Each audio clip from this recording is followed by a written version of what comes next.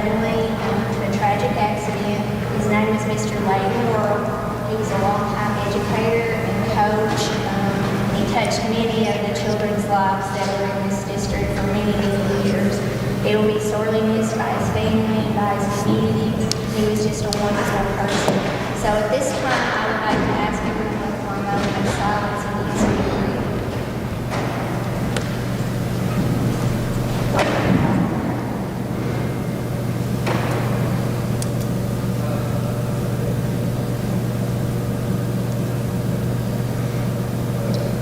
I'd like to thank everyone for that. Mr. Saylor, before we open the meeting, do you have anything else that you would like to add? No, well, just a couple of things. I said no, but I know that everybody, as you come in, if you wanted to, you can sign in so that we'll have a record of who was here. It's totally up to you whether or not you want to sign in. Also, you'll notice I've got on my blue jacket today, and that's because of the big triple overtime win that we had last night in Breathitt County. It's a great job by our kids. We were down and out, nowhere to go, and somehow someone, a higher power, intervened, and we were able to get the game tied and got into triple overtime and won that game. So we play Sunday at 2 o'clock, so everybody that can travel and see the Engineers play, I think it'd be a good game. We've had a great season, and I'm really appreciative of the hard work of those kids. I know that our girls' season ended a little bit earlier than we thought it would, but we appreciate the efforts of our coaches and the girls as well. Our cheerleaders, our band was terrific last night. We had a big crowd up in Breathitt County. Expect a big crowd back here on Sunday. Just one other item before we get started here. This is a special called meeting. The agenda is set. It cannot be changed. There is no public comment tonight. This is strictly a discussion, or will be a discussion between the board and the two leadership teams. The board will lead the discussion as how they see fit. Miss Isaacs and I, Peter is sitting in for Miss Isaacs right now, but Miss Isaacs and I will be here as just part of representing the district administrators and district office personnel that's here behind us. So I just wanted to make that clear. If we decide, or if the board decides, and I guess they will listen to my recommendation as well, but it's their decision. If they decide to have parent comment or public comment, we will schedule a meeting sometime in the very near future in order for that to happen.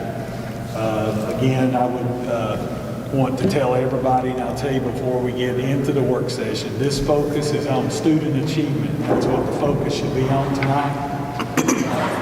And that's how that I expect sort of the meeting to go. That we're going to talk about what we believe would be the best for our students.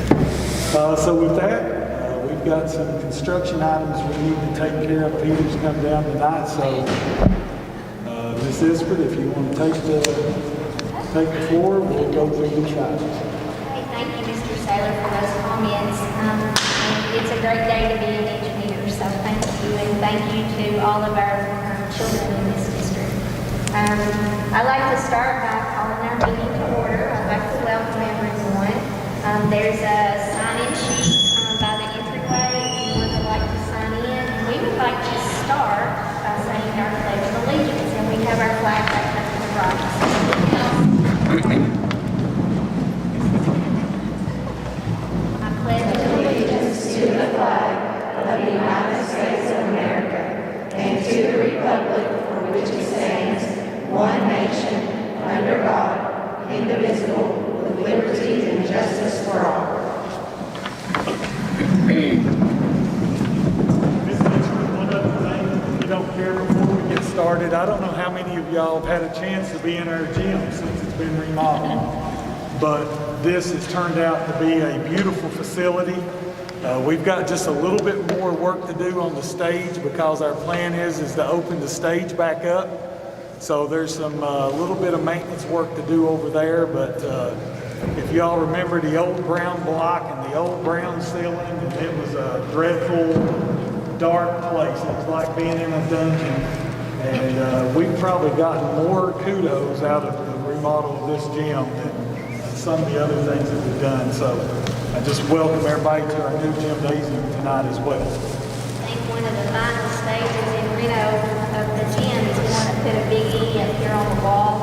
And then, of course, opening the stages. And we're hoping we can have some enrichment activities on the stage here for our students. I've got a big flag with a big flag on it. Yeah. Both of them. I was going to ask here in a few minutes when we all start talking. I wear hearing aids, so if you could speak maybe a little louder, because through the mask, obviously, I can't read your lips. So I would ask if you could do that for me, please. Also,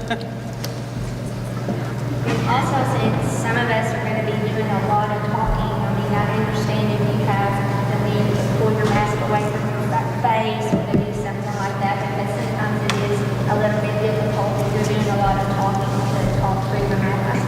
And we certainly understand that. Okay, so we're ready to get started. First on our agenda, and I think most everyone has an agenda there in front of them. We have our facilities and construction update.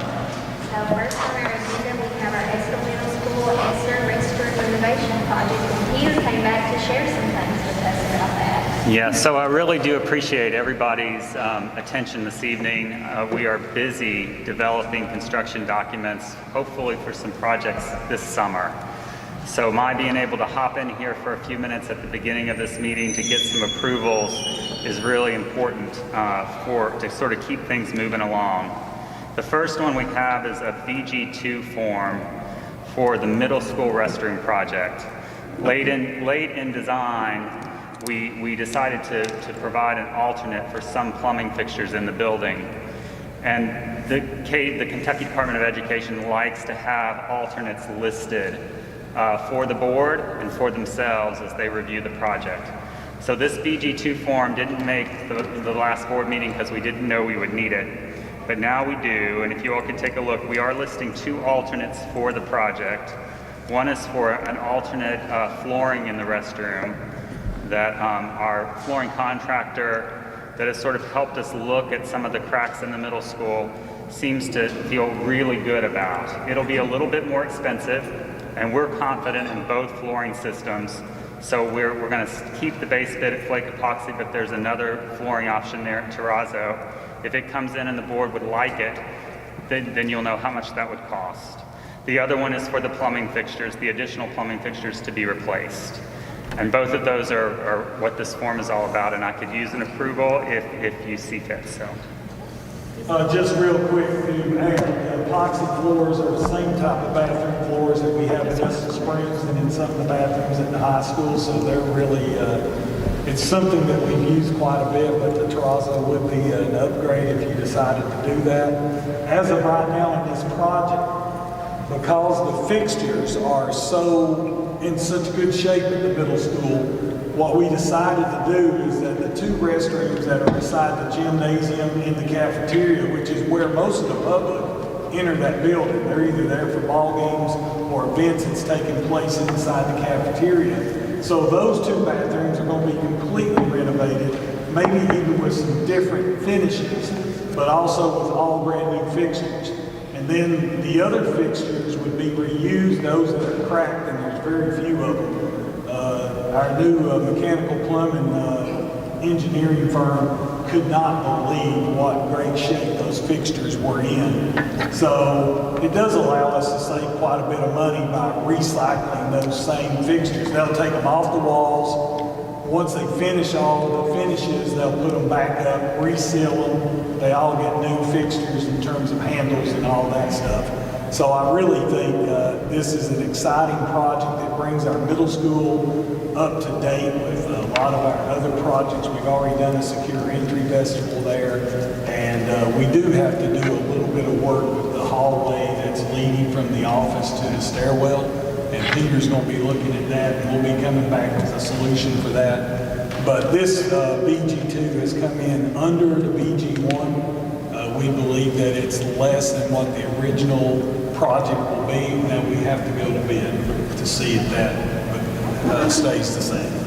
But next step is to get this, and he'll be back at the March meeting with probably a BG3 and the documents, and We did those already. Already So, done those? yeah, so this one was just trailing because the alternates hit so late on us. Okay, so we're good to go with an approval here. It's my recommendation that we approve this. So I would like to ask for approval or for a motion to approve the BG2 for the Estill County Middle School Esther Restroom renovation project. I make the motion. Sheila Samples makes the motion. Do I have a second? Second. Tammy Harmon makes a second. Do we have any discussion? With none being stated, all in favor? Any opposed? Motion carries with a 5-0 vote. Thank you for that. Okay, so next on our agenda, we have an Estill Springs Elementary School Esther renovation addition project. Peter? Yes, so this particular form is a BG3 form, and it is an updated cost opinion form that KD requires for us to provide at design development and also at construction documents. This is the design development cost opinion that we put together for you. We did have to coordinate a little bit with Codell Construction, who is on the Estill Springs project, and we did have to coordinate with our consultants. This form took me a little bit longer to put together, so I really appreciate that we were able to get this one knocked out so we can send this on to KDE as well. You all will note that this updated cost opinion is running about 5.7% higher than the current BG1,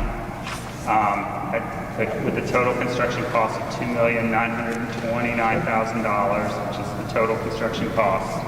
And I think the biggest thing that I can tell you is that the site work on this particular project is going to be a beast, and we've seen that in other projects here. You know, I think that's what's driving our concern and why we are sort of thinking that the costs for getting a lot of the utilities in the ground around where the new addition is going to be are going to cost a little bit more money. 5% is moderate. We don't need to revise the BG1, but we do need you all to review this BG3, and I'll be happy to answer any questions that you have. I would also add that the thought process is that this project will be bid in 2 phases. Yes. The first phase will be the parking lot additions and the new exit onto Highway 89 and the cleanup of the parking areas. It also will include as you know, we approved the old urban demolition at the last board meeting, and as that is being demoed, this will ramp up and that work will be done during the summer as well. And part of this project here in terms of the site is the Memorial Plaza for Old Urban High. And we'll have some pictures of that when we come back at the next meeting. But as of right now, we'll use the existing walk coming off of 89 with a big circular Memorial Plaza with the Old Urban 1930 marble door, threshold that's going to be used as part of that. And then once you come off of that, you will have some steps that will lead down into an amphitheater that can be used for performances by the community, or if Old Urban wants to have a Saturday afternoon homecoming, they can place tables there and chairs. It will be more or less part of an area that will be designed much like what's at West Urban, with a nature trail and a lot of community garden stuff, those types of activities that will sort of mirror that area that's at West Urban, that makes Springs have those same things. And then as part of the construction project, phase 2 will be the classrooms, and it will be an outdoor classroom. There'll be areas for play areas if we decide to do that, whatever we want to do with that area. So really excited to get this off the ground, regardless of what happens with phase 2. Phase 1 needs to happen. We need to clean up the traffic mess at Estill Springs, and I believe this will clean up a lot of it. If we have the money, as we've said, this project, phase 2 of this project will sort of be the cherry on top of the sundae if we're able to do it, if there's enough money left there to do it. There is a contingency plan, is that if the bids come in too high and we have a contingency plan and we cut back 2 classrooms out of it and make a 2 classroom addition, which was the first thought process anyway to build 2 classrooms on the far side of the building. But they would come back on this side if we did that. We're very hopeful that things are going to be okay as they are. So that's sort of where we're at, but that's the 2 phases that we've been. So my recommendation is to approve the BG of 3 and let's get started and see where it leads us. So I would like to ask for a motion to approve the BG3 for Estill Springs Elementary ESSER renovation/addition project. Ryan Toby makes a motion. Do I have a second? Sheila Carrie Smallwood. Okay, Carrie Smallwood makes a second. Do we have any discussion? Okay, I'd like to call for a vote at this time. All in favor? Any opposed? It's a 5-0 vote, motion carries. Thank you for that.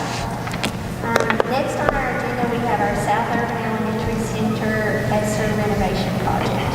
Peter?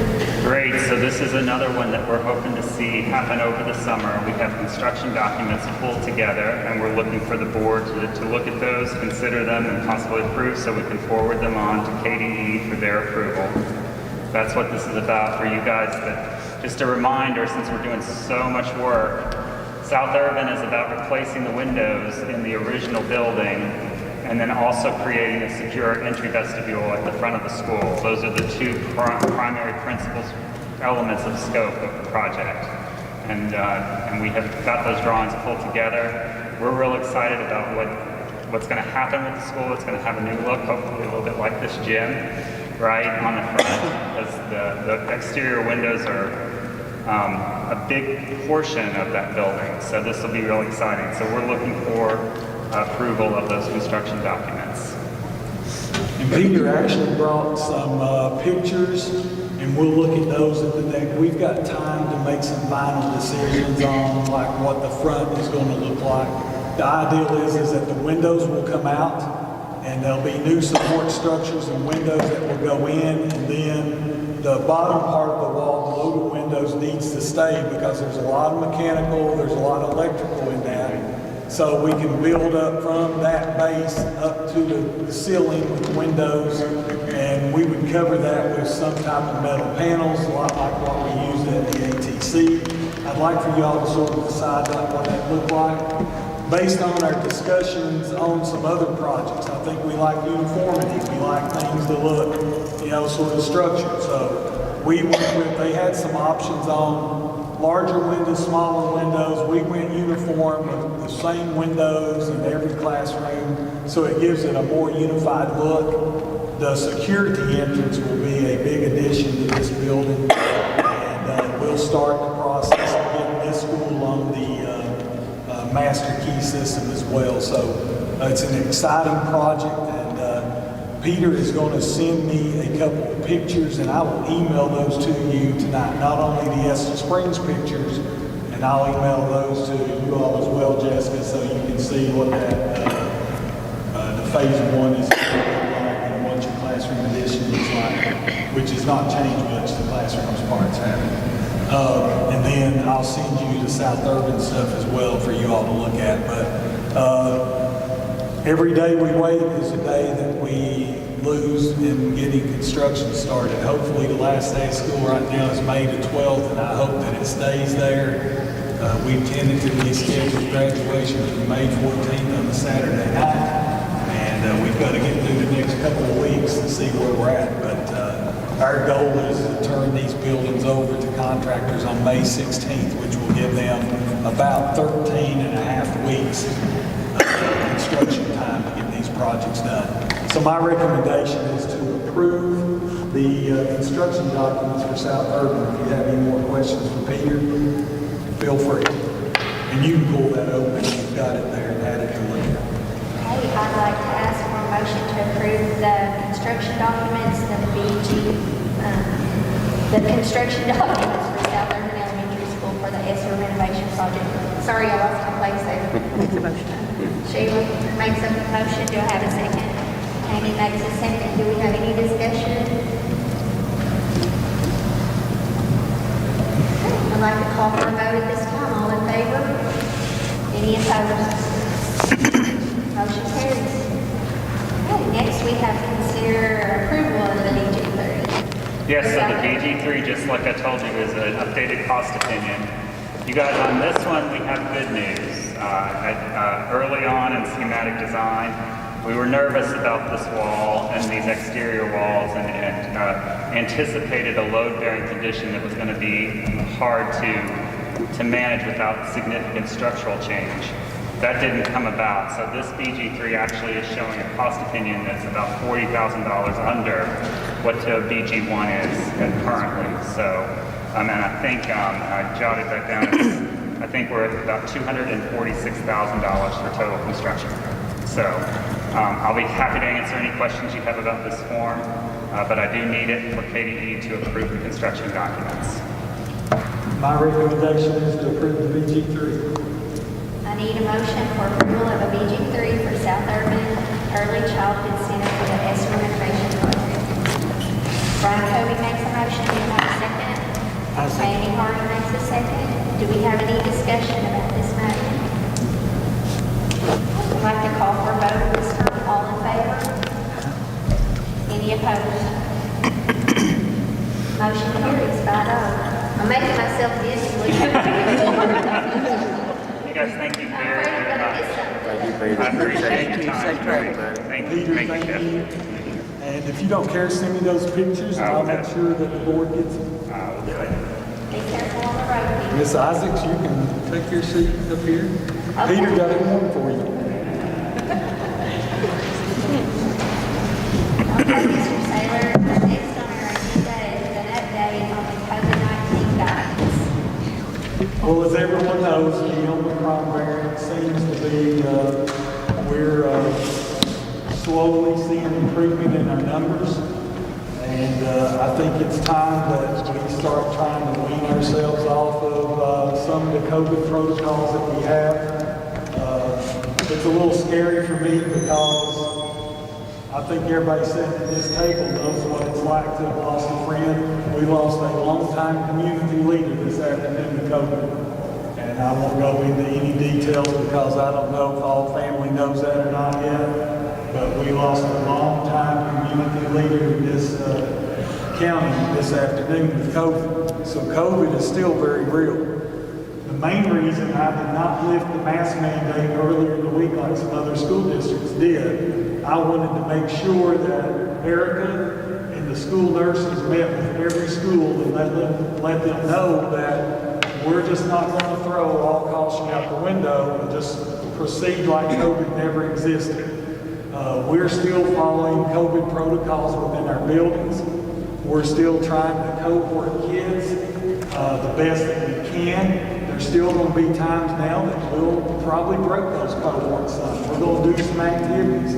We're going to go on some field trips. And we're going to try to do those as safely as we can to try to get kids back to where they can have a good experience. But probably the biggest change in our COVID protocol that I'm asking you all to approve tonight, and I do think it's appropriate based on the recommendation from the CDC, based on the recommendation from our governor, from the Kentucky Department of Public Health, from KDE. I believe that it's time that we make masks optional in our schools starting on Monday morning. I also want you to know that this protocol or this guidance does give me the authority if we see an increase in the number of cases in a particular grade or a particular classroom. If Mr. Barnett's class at the high school, if 4 or 5 kids come down with COVID in that class, and we trace it back to that class, it could be that we require masks in his particular classroom. It could be we could require masks in a wing of a building. If we need to put masks back on 4th graders because we've got too many 4th grade cases, we will do that. If we have to say that Estill Springs has to go back to wearing masks for 2 weeks because of an increased number of cases, we will do that. If we start losing a bunch of bus drivers to COVID, we will go back to wearing masks on school buses. This does take masks off of school buses as well. So it will be a more targeted approach. And I think as everybody starts to say now, we have to start learning how to live with this virus because I don't think this virus is going to go away anytime soon. So there's a part of me that's a little afraid, but there's also a part of me that thinks that we need to try to get back to some type of normal. And I think a lot of people are going to see that as a positive. Hopefully it'll be a shot in the arm. It will get people more excited about being in school and trying to get things done. We've got less than 35 days to testing right now. So hopefully it will be something that will increase morale among students, staff, the entire community. So my recommendation is you approve the new guidance for COVID-19. And if you do so, we'll send that to KDE tomorrow morning. And on Monday morning, masks will be optional. And we hope that if somebody chooses to wear a mask, that's their right, it's their privilege, and we don't want anybody chastised for wearing a mask. I may have been one of 10 people last night wearing a mask at the ball game at Breathitt County. Right now, I feel like I need to try to be here. I need to try to not get sick. Doesn't mean I won't. And I'm not trying to chastise anybody else. That's my personal choice. I decided to wear it. So I may be the only one in Rep Room here in the next few weeks because I will be attending some games, but I will wear a mask during those games. So I just think for right now it's a personal choice, and I don't want anybody chastised if they decide to wear it. And I do strongly encourage if there's somebody that has some type of pre-existing medical condition, or if you have elderly grandparents living in the home and you want your child wearing a mask, they'll be able to do so without being chastised or made fun of in any way, form, or fashion. So that's my recommendation, is approve the new COVID guidance, and I hope you all will support that recommendation. Okay, I would like to ask for a motion to approve the new COVID-19 guidance. Do I have a motion? Brian Kobe makes a motion. Do I have a second? Second. Amy Hardy makes a second. Do we have any discussion? I'd like to call for a vote at this time. All in favor? Any opposed? Motion carries 5-0. Thank you for that. Okay, next on our agenda, we have our school organization and district facility plan. I think we've already led into this discussion, and I know the board will be leading this discussion. You have both schools represented here. It is right now 6:30. We have a 90-minute timeline for discussion, so at 8 p.m. We will adjourn the meeting. So, Ms. Ispert, I will leave it to you, and we'll go from there. Thank you all for coming. Before we get started with our discussion, I would like to ask Ms. Arvin if she would stand and introduce the West Urban Elementary leadership team that came with. Yes, ma'am. We have Miss Samantha Cox, 4th grade teacher. We have Miss Jenny Osborne, 4th grade teacher. Miss Brittany Gilbert, 3rd grade teacher. Miss Danielle Howard, 3rd grade teacher. Miss Renee Wayne Scott, our school counselor. Miss Brooke Young, the assistant principal. Miss Christy Floyd, 5th grade teacher. Miss Tracy Baber, 5th grade teacher. Miss Donetta Tiller, special education teacher. Courtney Barnes, our FRC coordinator. And in the bleachers, we have Miss Desna Napier, 5th grade teacher, and Miss Karen Puckett, our SMD or FMD teacher. Wonderful. Thank you all for coming, and thank you, Ms. Arvin, for that. Next, I would like to ask Ms. Jessica Mullins from Estill Springs Elementary if she would stand and introduce her staff that came with her leadership team that came with her this evening. We have Trent Singleton, who is interventionist, district gifted, talented, and safe holds coordinator for the district. Shavonna Hatton is our guidance counselor. Shay Walker is our FRC. Miss Rachel Newby is 2nd grade. Melissa Gross is 2nd grade. I have Brooke Mays as assistant principal here with me tonight. Deanna Martin is kindergarten. Andrea Maybrier is 1st grade and a national board certified teacher. Then I have Alex Singleton in 1st grade. Christy Bledsoe is 2nd grade and also a national board certified teacher. And I have Miss Tony Newton kindergarten, Miss Kayla Wilson 1st grade, Miss Amy Hall intervention, Miss Serena Beard, who is our attendance clerk but is here to make sure that we have our classified staff represented as well. And then I have other staff members who have come. I have Ms. Kristen Richardson, second grade, Ms. Kara Dawn, who is special ed, and Melissa Powell is on the leadership team as special ed as well. Ms. Mullins for that, and thank you everyone for coming. Well, to start out this evening, we, as a board, had a lot of questions for Mr. Saylor and Ms. Isaacs about why we do some of the things that we do. And once we started asking questions, Mr. Saylor and Ms. Isaacs thought that it was a good idea that maybe we as a collective group all came together to share some of the exciting things that you have going on in your building, because we know and appreciate all the hard work that you all put in every single day to make our children be successful. So we wanted to come together as a board and be able to share ideas and thoughts and see what would be the best direction for us to proceed. So we want to give everyone their time, we want to give everyone the ability to share thoughts and comments, and we appreciate the information that you all have placed in our folders, and we'll give you the opportunity to explain some of those items that were sent to us. So I'll be going through all the different board members, and they have some questions that will be addressed not only to West Urban, but also to South Urban. Not only to South Urban, but also to West Urban. So as I said, we want to give everyone equal time.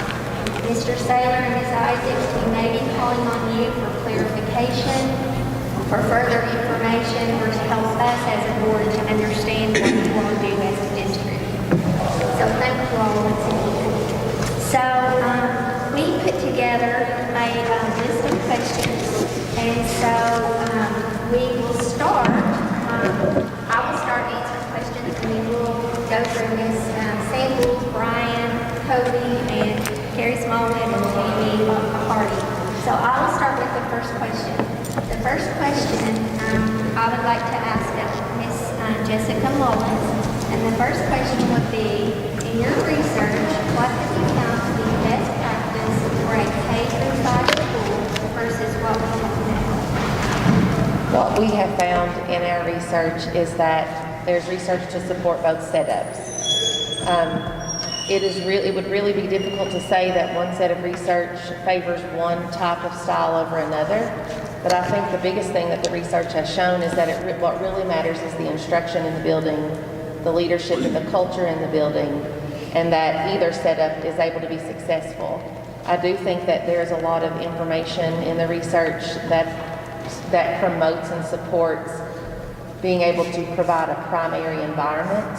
There are things in our environment as a primary school that we're able to do that wouldn't be the same if we had intermediate students there, but then there are also benefits to having intermediate students in your school that you can't produce without having that age group represented. So I don't know that the research supports one format over another. The research really just supports that there are benefits to having both.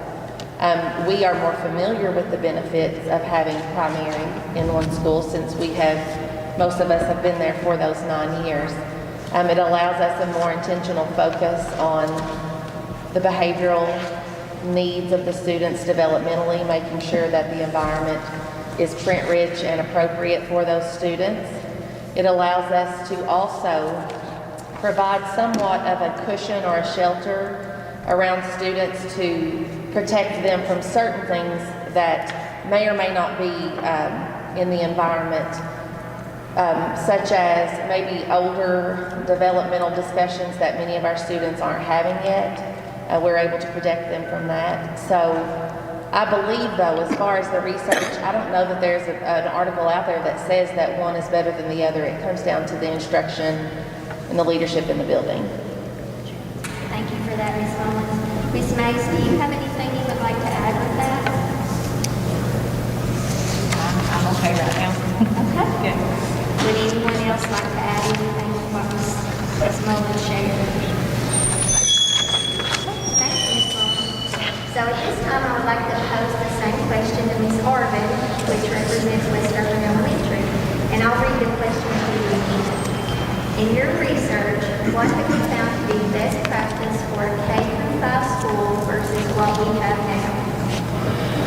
When we began the process of researching, and multiple folks around the table have done that, we kept coming up to one piece of information, because I agree with what Ms. Mullins has said. But the one piece that we kept coming back to was that research in multiple places, and please don't ask me to quote, I know it's on documents that I've shared with you, that transitions increase the likelihood of graduation dropout, of lower achievement of students. And the more transitions, of course, the more deficits you can expect. Also, just thinking about that our standards are written, if you look at the Kentucky Academic Standards, Ms. Mullins mentioned that we do need to put a focus on primary school. In our current configuration, third grade is separated from the primary program. In our standards, primary is written to be K through 3. So, for example, there have been grants and things that we would like to apply for, but because we only have one grade of primary, our students at West can't benefit from those programs that are designed for early literacy and early math.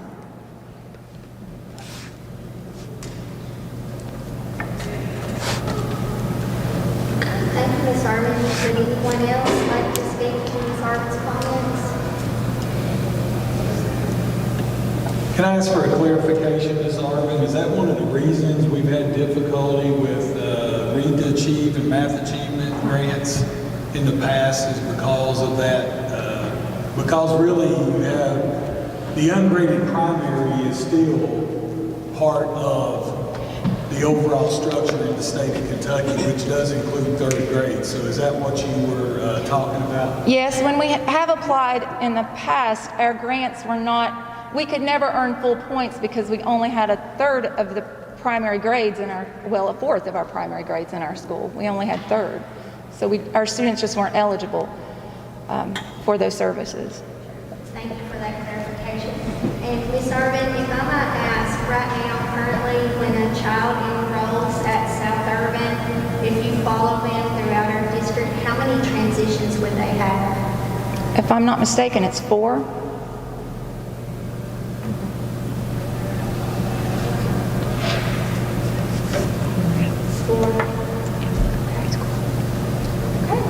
So anyone else have anything to add with that? Okay. Ms. Isaacs, do you have anything to add with that? They've done the research, Mrs. Ford. Okay, thank you very much. Okay, so next I would like for Ms. Sheila Sanders to pose a question to Ms. Arvin and Ms. Mullins. Ms. Arvin, if the board moves to a K-5 model, discuss advantages, please. Some of the advantages, I'm actually going to refer to in my documents to make sure, because this teacher did a lot of work on this. We looked at it from 6 areas: need, fit, resources, evidence, readiness, and capacity. Currently, in our third grade classrooms, and Ms. Mullins and I have talked about this, there are stresses that are put on a third grade student because of the accountability in that grade. If the students were all in one building, they would experience some of that and be, I think, more prepared for it. In the past, I always taught in a K-5 configuration, so the third grade step up didn't seem to be what it is right now. As far as the need, it reveals that both schools, we need, and I think our district team has had this conversation, we just need to think about accountability differently, and that might be an opportunity for that.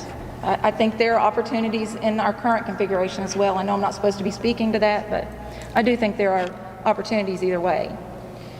The fit is the 3 through 5 configuration, allows more community and students. They're all getting the same rigor of teaching. They just don't have those transitions between the school expectations. For example, right now, both schools have strong PBIS systems, and we do see evidence of that. But there are differences in how we run those, operate those systems. Students wouldn't have to go through that any longer either. Our PBIS is our positive behavior intervention systems, so that the students are supported and know what's expected. The K through 5 configuration would also allow us to have a school outside of Estill County to compare ourselves to. We are now 100% classroom teachers trained in continuous classroom improvement. As a school, we need a school like ourselves to compare ourselves to strive for. At this point, there are very few 3 through 5 schools, and it is very difficult to find one with similar issues that we would have, similar demographics. Thank you. We also thought that right now we're in a good spot to think K through 5 because the district is going through a pilot program. So we're already working on curriculum district-wide. So the K through 5 configuration fits at this time because of that work. It does help with transportation could. The district would have to work through that. I can't speak to that completely. But we feel like younger students are going to have they're even going to have fewer transfers on the bus. And I know that we have folks around this team that helped with this list. Am I missing things that... The family activities. We did think about that because you're going to have more siblings in the schools together. Right now, even scheduling a back-to-school event is difficult because we have parents that are trying to get to 3 or 4 different schools.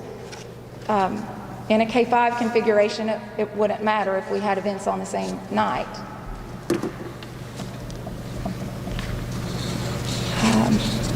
The readiness in our school and in Springs, I know that they already have systems in place as well as we do for having discussions across the building. And that work is already set up. I feel like I know that. I don't mean to speak for you, but in district meetings we talk about your PLC systems and those kind of things.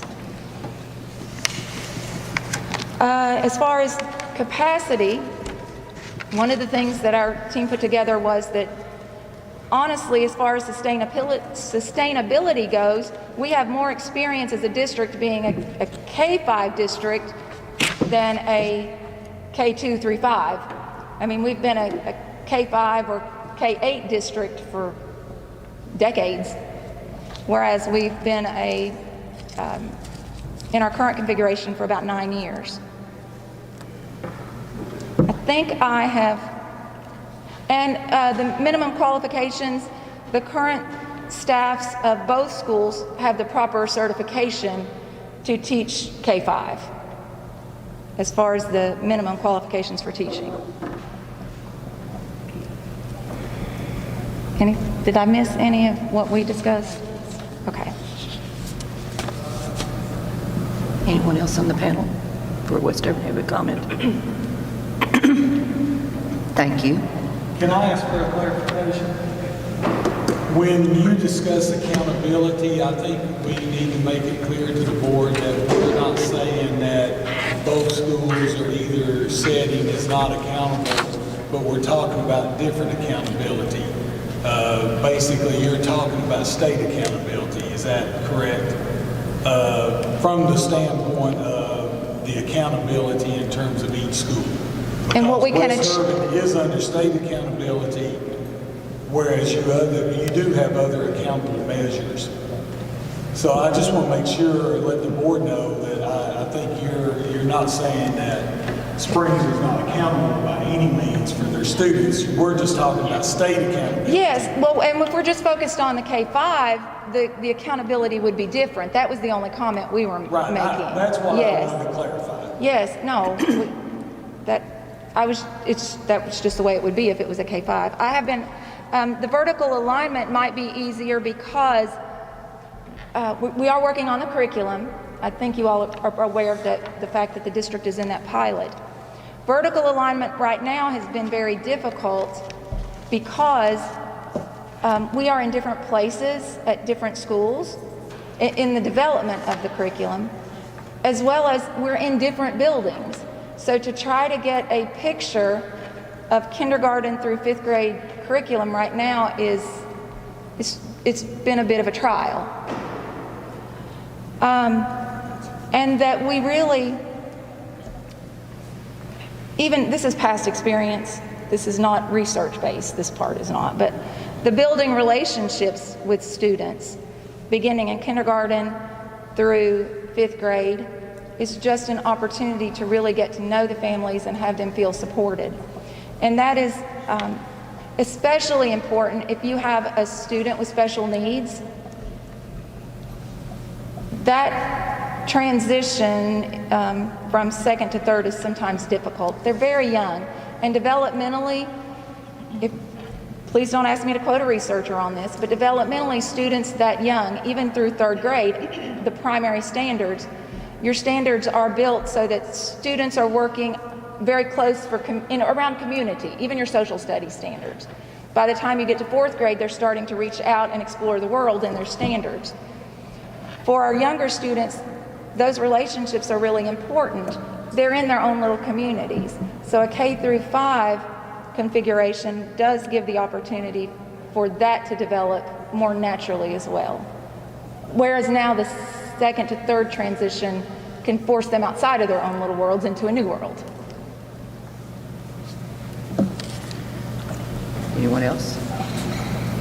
Thank you. Ms. Mullins, I'll address the same question. If the board moves to a K-5 model, discuss advantages, please. We divided the advantages when we had conversations into resources, relationships, professional learning, learning environment, transitions, transportation, academics, and extracurricular. As far as resources is concerned, we are excited about the opportunity to have an increased library of multiple grade level resources. I know in the past we have been able to share resources with South Urban if they needed resources for a child ready, to move up to some kindergarten or 1st grade level activities. But we need to increase our library. It would be an opportunity to have some higher level activities and resources in the building, which would help with differentiation, intervention, and other purposes. With relationships, we love the idea of having those extended relationships with families over the course of what would be probably 6 years. There is a lot of comfort that is found in having those extended relationships with families that are created and that community that is built. We love the model of having those peer mentor relationships. For all of the years that I taught 4th grade, I loved having the opportunity to go down and have my students work with kindergarten, 1st grade, and have those types of activities where they could kind of have a buddy or a mentor in the school building. With professional learning, at this time I have 8 kindergarten, 7 1st grade, and 7 2nd grade. It makes it really difficult to schedule a common planning block to allow my teachers to work during the school day on PLC work or other types of academic work. So smaller teams of teachers would make that more feasible. I do believe that a positive or a pro in looking at the K-5 model as well would be that there is familiarity across both staffs, obviously with the use of virtual meetings, Google Meets, which would allow or encourage for them to be able to meet together. With learning environments, once again, we talked about just the mentoring opportunities and just the longevity of building those relationships. There is never a 2nd grader that I am okay to lose contact with, whether it is a child who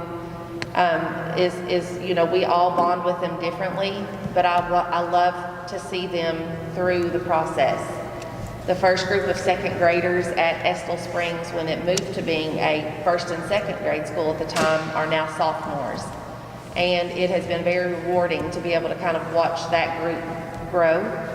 So I do like the idea of being able to be with them through 3rd, 4th, and 5th grade as well, and seeing that extended academic growth, social and emotional growth. It would take our number of transitions from 4 currently to 3, so I guess we can celebrate that there would be one less transition. As far as transportation, it would be one less drop-off for parents who have students in multiple schools, if they have multiple in elementary school. For academics, once again, we talked about having the higher level opportunity for reading and math. I know we have students now in kindergarten who go up to a 1st grade group for their guided reading group. It just widens the spectrum of options and opportunities that you have for students. For extracurricular, that is something that would be a full-scale gain for us because we don't have age groups that applies to at this time. So we would be able to have ball, academics, cheerleading, after-school clubs. The only concern I have about that is that our gymnasium is not regulation size, so we would have to make sure that we're providing our students with an adequate amount of opportunities for those that play ball, that they're able to practice or be in a more state-of-the-art or accurately designed gymnasium. But that would be an opportunity that we would have that we don't have now. Any of your staff have any comments? I'm sorry, I couldn't hear you. I said, does anyone else on your panel have any comments? Any comments? Thank you, Ms. Mullins. We, like Ms. Arvin, worked together to compile this list, so they've kind of already had that opportunity to. Okay. But I have encouraged them, by all means, if they have something extra, to add that. Thank you. Yes, thank you, Sheila. Thank you, Ms. Mullins. This time I would like to pass Mr. Brian Cody.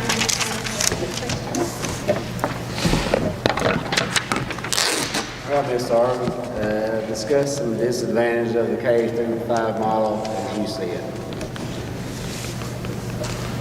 I don't tend to look at things in the terms of disadvantages. I always tend to see the advantages. So I'm going to have to turn my list around. Look at the advantages of 3 through 5. Be the same difference. Will you repeat that question? I thought it was my verbiage that didn't come out right there.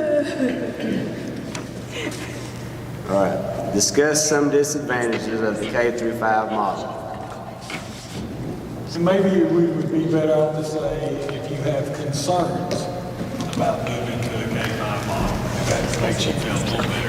Change the question. Discuss some concerns or disadvantages of the K-5. I get the question. I'm collecting my thoughts just a second. Disadvantages to K through 5?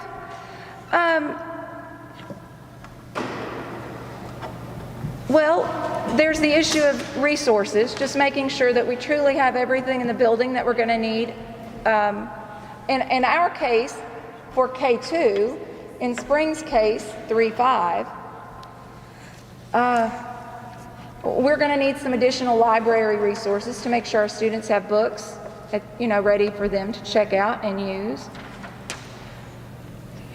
The curriculum work is going to be addressed through the district pilot, I believe, so it's something that we're already working on, but it is a concern. It's a disadvantage right now. It's not ready.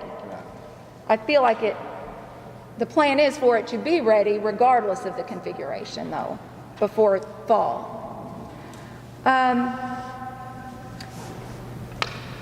Just in the past,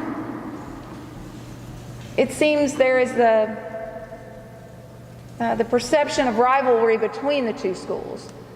I feel like this is an opportunity, though, to see. I can't think in disadvantages, Mr. Covey. To me, things are opportunities. I appreciate that, Mr. Covey, because I never get that. But I'll take it. We have an opportunity to become really one team, regardless of configuration. And not rivals. But I think that's something that we really have to consider as a disadvantage. Even if we do have athletic teams, we will compete against each other on that floor, but not as each other. You know, we've talked, we all really like being engineers. So even if we were to have school athletic teams that competed each other, why couldn't we just stay the engineers? Teams all the time have the same color uniforms and play in blue or white or black, you know, the off color. We could all still be the engineers and be cheering each other on. They're going to end up together at middle school and high school anyway. But I think that is one disadvantage, is just thinking about how we approach that relationship.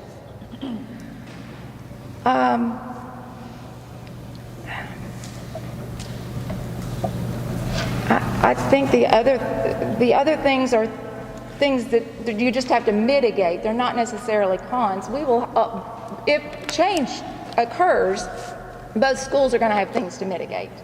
One example that we thought of was, you know, just making sure that our kindergarten students, the parent pickup process was seamless. You know, that's going to look a little different for little folks. So we know that those are just things we need to mitigate. But we also know we have a good sister school that can help give input there so that we're not going to be alone in it if it happens. But it is a concern we're going to have to work through.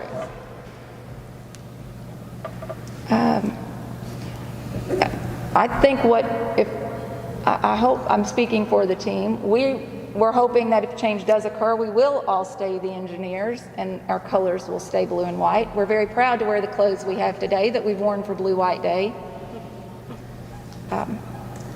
I think that's, our list was not long for the cons. All righty. One clarification maybe before you move to Ms. Mullins. We've talked about this also at the district level. If this was to happen, we do feel that there's no need for anybody to lose the engineer mascot. There's no reason why your jerseys cannot say Springs and West. You have the West Urban Engineers, you have the Estill Springs Engineers, you only brand it by the school, by Springs or West, but they're still engineers. Because you're only probably going to play twice. It's basketball. You're going to play 2 times. Hopefully we're going to be playing other schools, which I think is, so the extracurriculars I think is a big positive, and you don't have to lose the mascot name in order to do so. Because right now I think we have a lot of kids that are really in a pickle because of athletics, because they really don't have school teams to play on. We have a lot of 5th graders wanting to try to move up and cheer. A lot of 5th graders wanting to play basketball or play baseball. And when you get into that, you get to talk about relationships among students. When you start putting 5th graders with 7th and 8th graders, now you really do have a mix of students that you really don't want to have. That's why you have KHSAA bylaw changes that does not allow any student below 7th grade to participate on a high school athletic team because of just the differences in developmental, not only their physical development, but their emotional development, and also just in terms of the things that they know. So I did want to just jump in and say that. I'm assuming you're going to ask Ms. Mullins to rebuttal that. And then the next question, just for fairness, I think we need to go to Ms. Mullins and let her respond first on the next question so that she's not always trying to play catch up with the next time. Sorry, Ms. Mullins. I didn't mean to do that. You're totally fine. Anyone want to address? Any other conversation, please? Okay. All right, Ms. Mullins.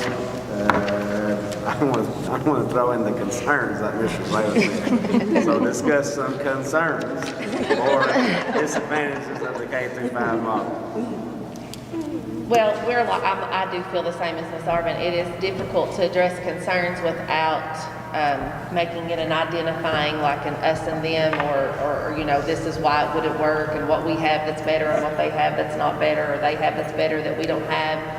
But in looking at concerns, I know we are charged to look at it through the lens of what is best for students. But in looking through that lens, we have to discuss possible potholes that we would face as a district or as a school. I do think that there would be a lot of work that would need to be done, a lot of money that would need to be spent in the area of resources for both schools. I actually have worked with Two of my teachers this week, Ms. Amy Hall and Ms. Katie Parker, are both representative of our Math Achievement Fund grant and the Read to Achieve grant, which I would like to go on the record to say this is our last year of having that grant, and they've done a phenomenal job, so thank you, Amy. But I do work with them as masters in those content areas and have asked them to kind of put together a list of resources that are needed to be successful at these levels, because I know that should the transition happen, that is a resource that would be helpful for Ms. Arvin. So we're working in that way, but I know just as long of a list is ready for me. So that is a concern, is just making sure that we have the ability to build those libraries. Something that is also concerning is that we don't have a computer lab anymore, which now that we've moved to one-to-one Chromebooks, we have Chromebooks in their hands. But I do believe that the division of schools and resources will cause parents and families in our community to wonder, well, why doesn't my child have the access to a MacBook lab? Why doesn't my child have access to XYZ? And in the same respect, they may have parents ask the same things. So I do believe we're going to have to really look at making sure that the access and availability and opportunity is presented for all students. And that's going to kind of be, that will kind of fall back to our board and to our district administration to make sure that there is no inequality in those areas. Right now, I don't have parents that are concerned that their children have access to a MacBook lab or a computer lab of that structure. But that would be a conversation piece, I'm sure, the first time they realized that their cohorts in another building had it and they didn't. I have already, this hit Facebook last Saturday, to my knowledge, and my email, my phone, my Facebook Messenger, there are already questions about, well, now my child's best friend lives here in West Irvin, so is there a process of where I can sign my, because they're best friends and they've already formed that relationship. So I think that a discussion point from that, because even though I identify that as a concern, my solution to that is we would have to have a very strong district hardship policy that would not place those decisions in the laps of Ms. Arvin and I, because that is how people get upset. But those are questions that are already coming. So I do think a con of sorts is that for our current students, we would be dividing them from relationships that they have formed already. I can speak as a parent. My daughter Lauren, who is 20, went to Estill Springs, and she had friends at West Irvin. So I can speak as a parent who experienced the 6th grade transition. And then I can speak as a parent with 2 boys who experienced the K2, 3, 5, 6, 7, 8. So I just think that we would have to really look at the dynamics emotionally of how that impacts children at 6th grade to go into that situation not knowing many of their classmates. Is there a better time, place? It's just a discussion point. No matter if we remain engineers across the board, when you put 2 schools at having the same structure in any size community, there will be rivalry, there will be competition, and I am a firm believer that competition can be a very motivating and driving force as well in a positive way. But I do think we have to, Miss Arvin and I are friends outside of this square, okay? But Miss Arvin and I are not going to represent these schools forever, nor will these leadership teams. So I believe in going back to that structure.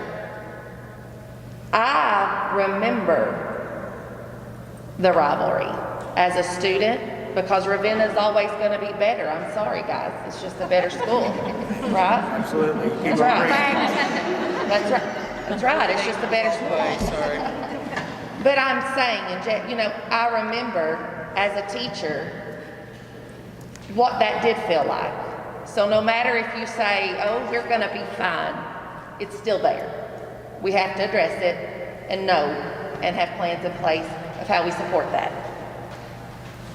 From a professional learning, I go back to my divisions that I had in the first set. From a professional learning standpoint, we have to be prepared for the understanding that are we at this time providing a system and structure that will allow us to have an efficient amount of time to prepare our staff who will be teaching the opposite grade levels.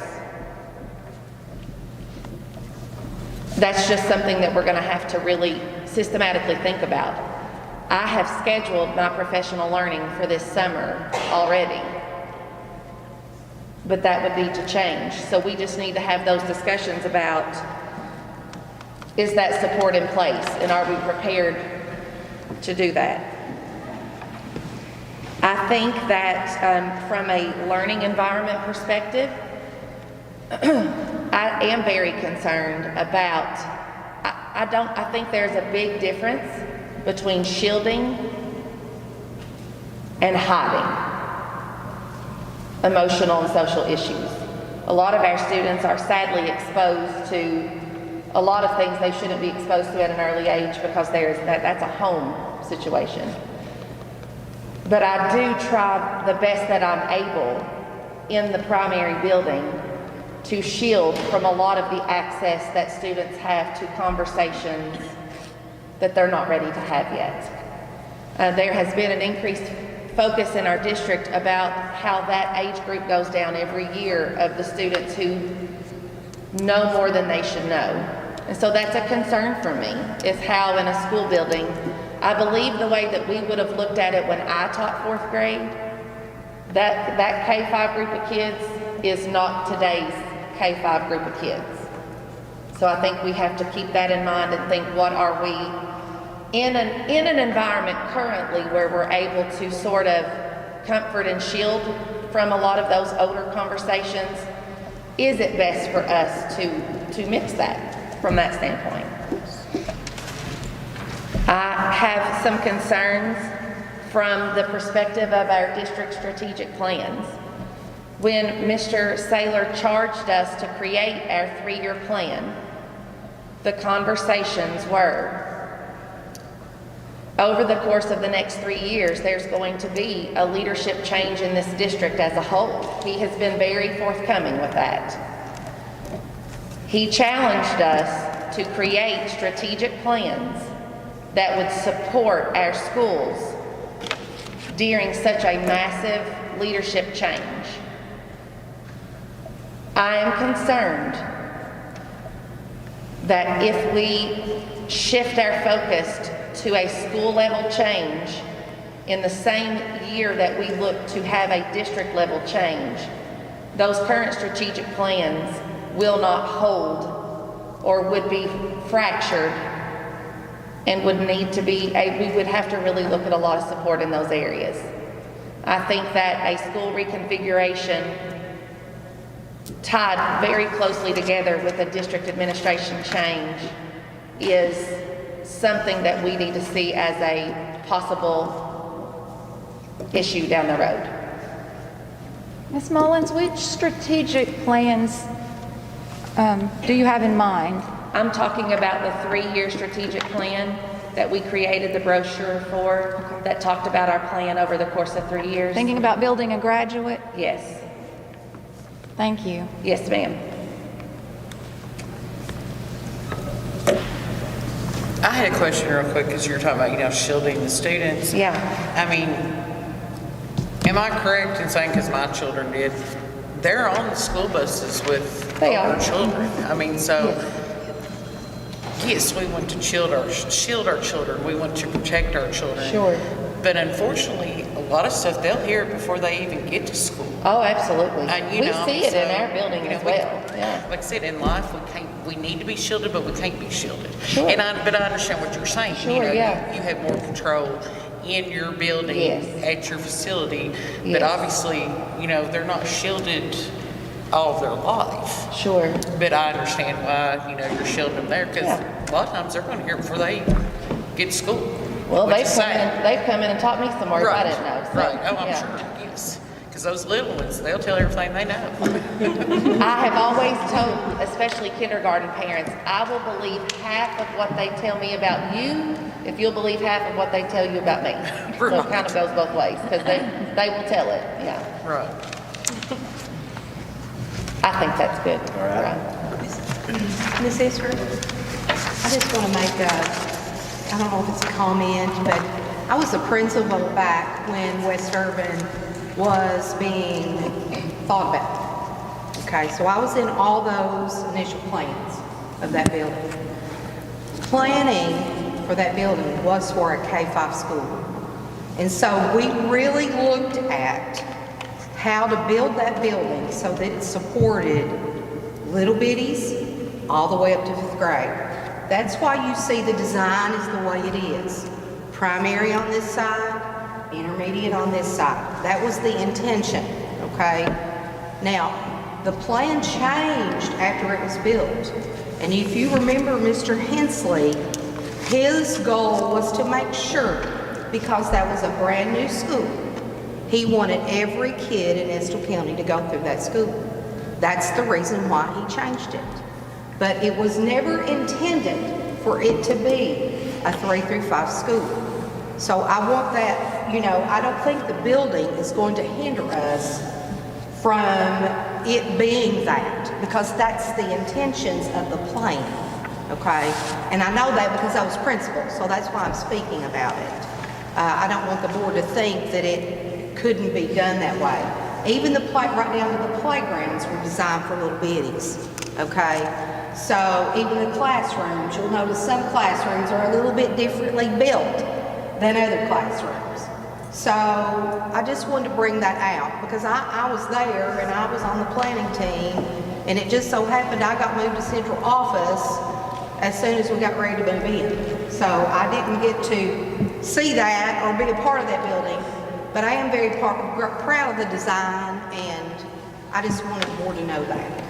And I moved there and experienced both of them. Yeah. Thank you, Ms. Isaacs. Mr. Saylor, do you have anything you'd like to add? Well, I do think if we want to talk about facilities for just a minute, if you think about Mr. Hensley's reason, I can understand why he wanted to see that happen. Because as a school board at that time and as a district, we were really struggling with enough finances and enough capital outlay funds in order to make this happen for all kids.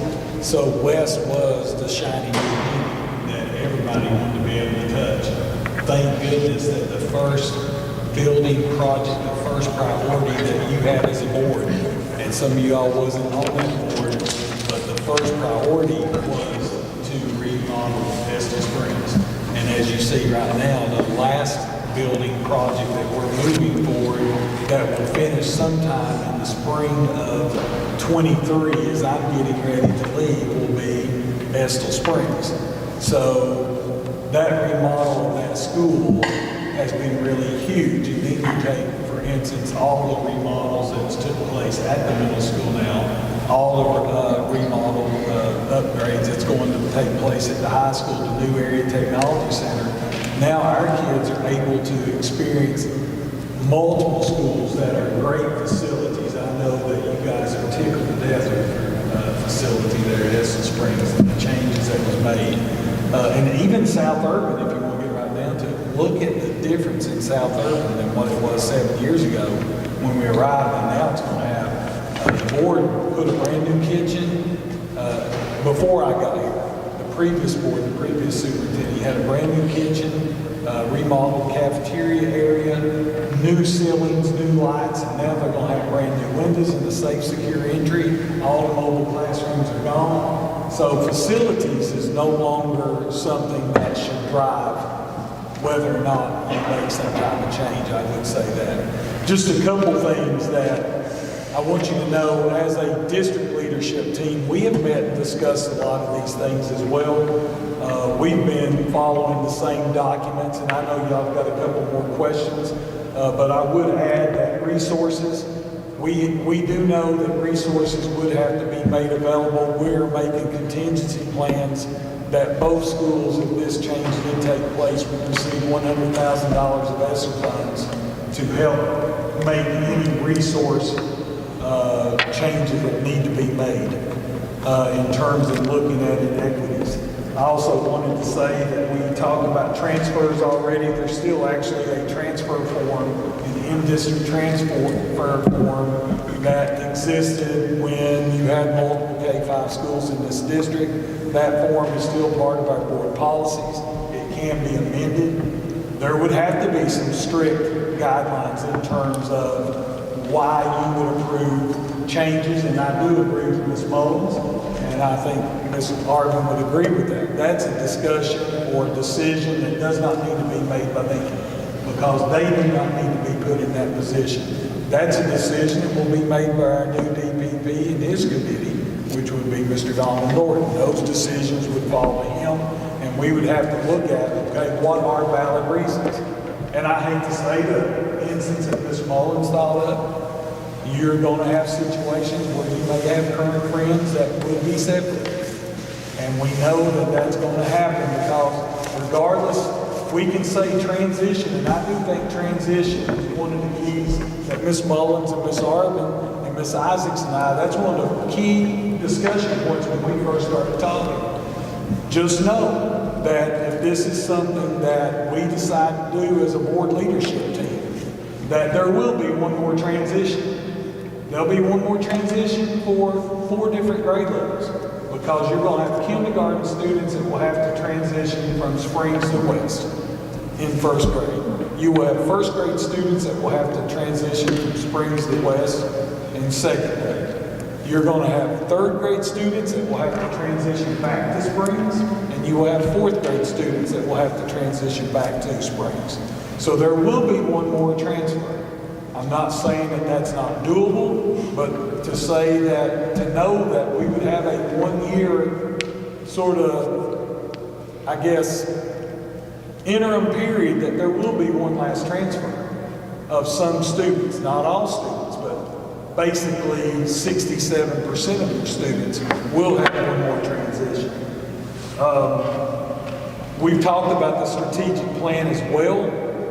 We believe that the strategic plan, in terms of what's been looked at in terms of 6th through 12th grade, could pretty much remain intact, although I'm not completely happy.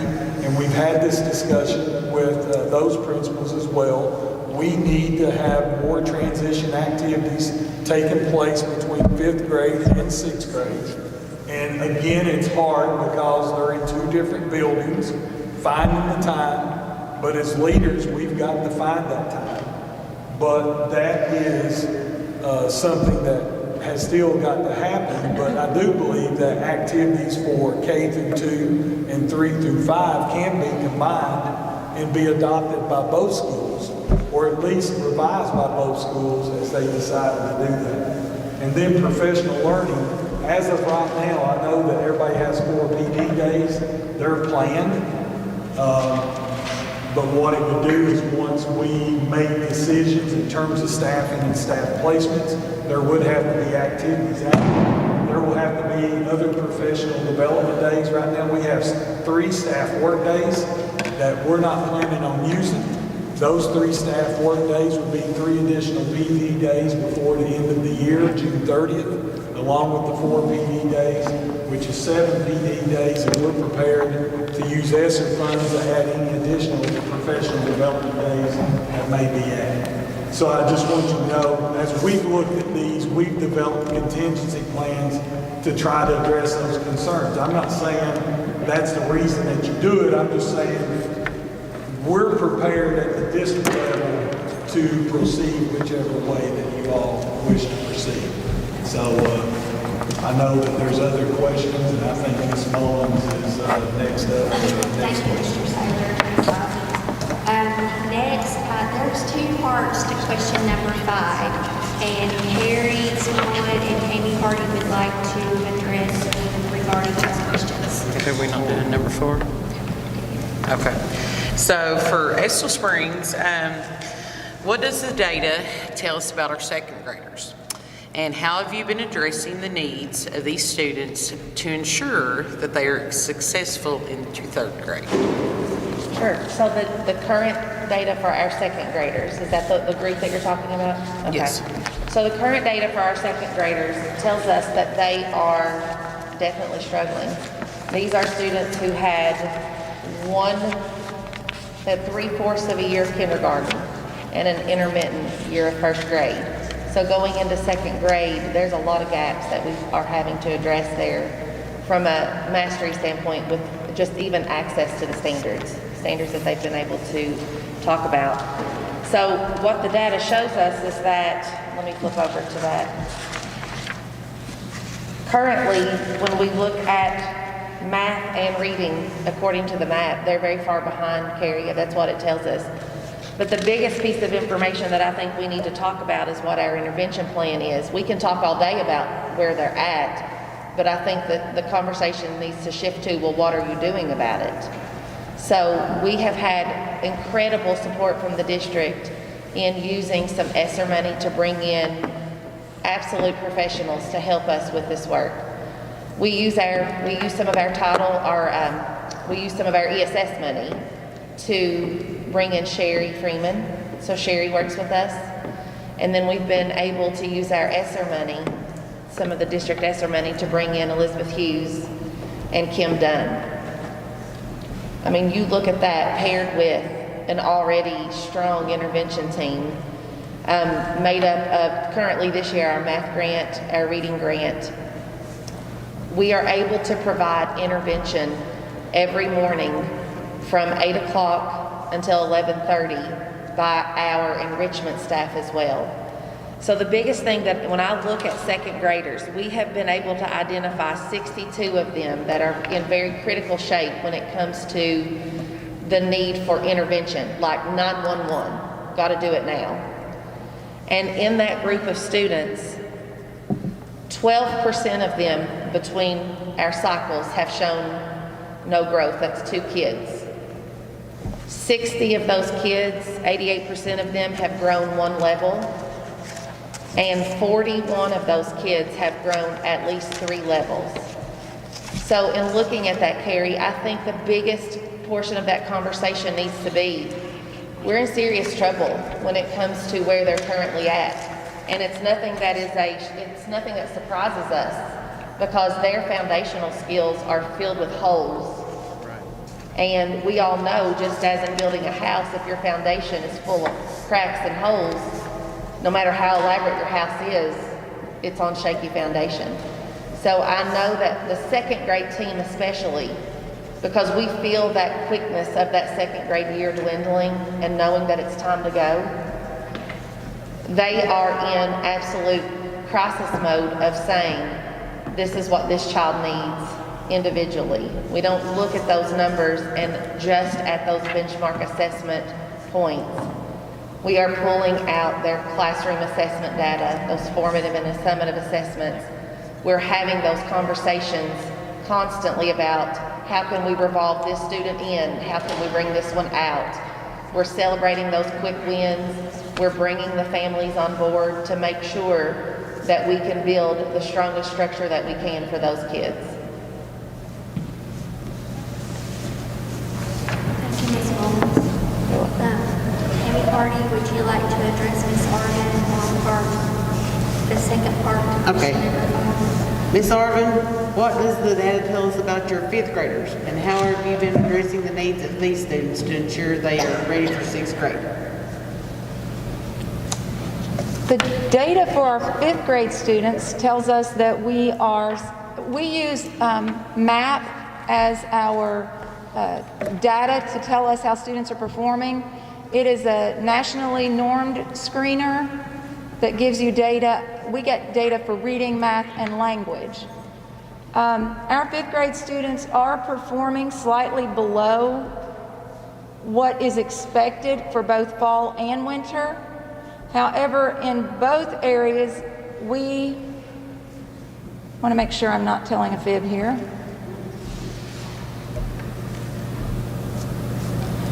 In both areas, we made growth, and I believe I remember correctly, it was a little more than expected growth.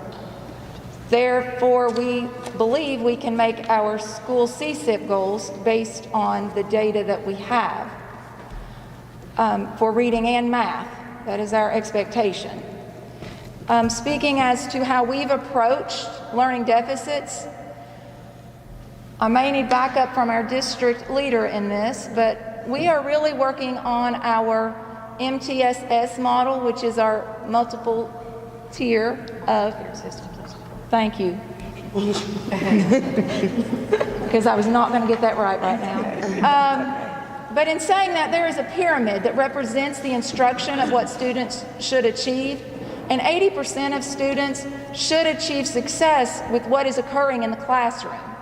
And we know historically that has not happened at West Irvin.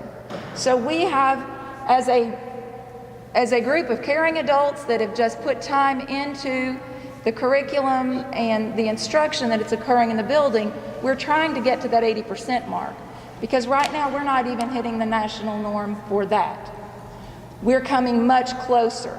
I can tell you right now that we are celebrating, and the only reason we're probably not celebrating with the 4th grade team is because we did not review data based on their cycle of learning for this unit. But we have students that have mastered the standards that were put in front of them at least at 70, it was above 70%, I think, for both grade levels. We're excited about that. The teachers are putting together rigorous assignments that are aligned with the standards. And then to focus on that tier 1, just the instruction has to be at that level. We have different tools that we use to look at the instruction to make sure it's happening. Now, thanks to the district and the money they've put into interventionists, we too have some additional interventionists right now that allows us to work on that tier 2. But we are seeing less need based on the universal screener, and that is where we wanted to be as a school. But our goal is to get to the point where 80% of our students are mastering the standards with what they receive in the classroom. Thank you. Mr. Saylor, Ms. Isaacs, we are down to 7:30, so there's a couple of important points that I want to get to, so that's why I kind of jumped around on some of the questions that we as a board shared with you all. But if it's okay with you, I'm going to move along so we can keep on a time schedule. And I'm going to give Ms. Arvin 5 minutes. I'm going to ask her a question, and I'm going to ask Ms. Mullins a question. And we'll come back together and try to shorten things up as we're down to 7:30. So, Ms. Mullins, I'll start with you this time. And I'm just going to be blunt and right to the point. Can you tell us what is your position regarding these decisions to move to K through 5 and why? What is your decision and why? Is it yes, is it no, and why? I will not state how I personally feel about it, because the reason that I'm here tonight is to do what is best for students, not to do what is best for Jessica Mullins or what is best for Estill Springs staff. I'm here tonight to say that I want to do what is best for the students of Estill County. If the current model that we have is not supporting providing what is best, then we need to change it. But I think we need to make sure that we're addressing the right issues. We're here tonight because we have concerns as a district, but we need to make sure that we're addressing the right thing. And another reason that I will not state how I feel personally is because in saying one model or the other works better than another, it puts me in a compromising position with people in this room that I have developed relationships over years that I'm not willing to sever. So my stance tonight is that whatever the school board and the district team decides is best is what I want to do for the kids of Estill County.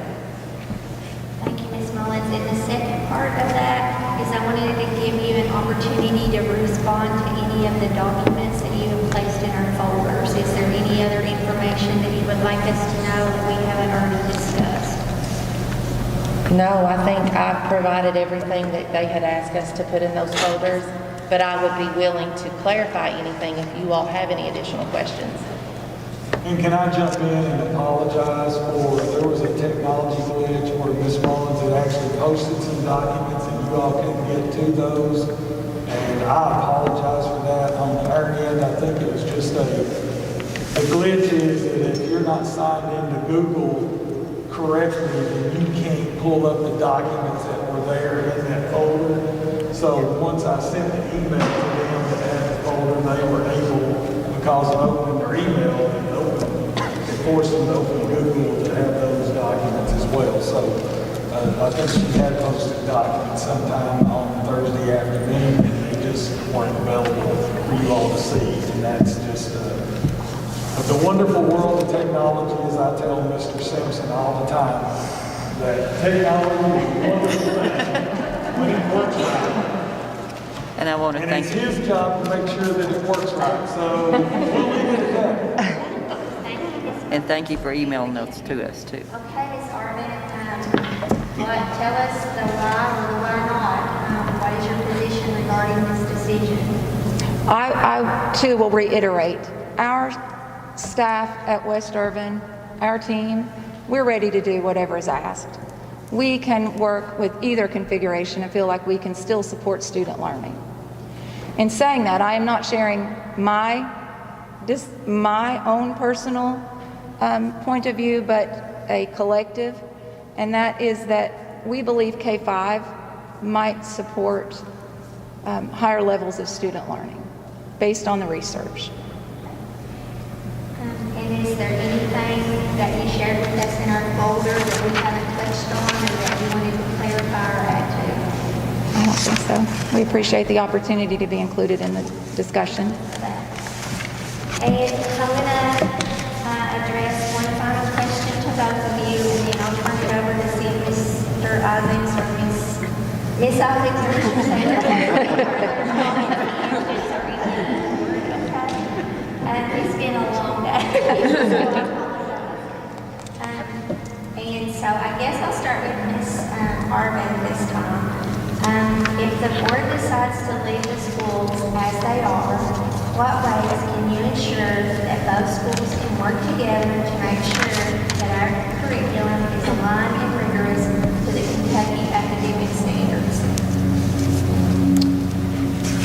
Do you need me to read it? No, I get that one. It's a difficult answer.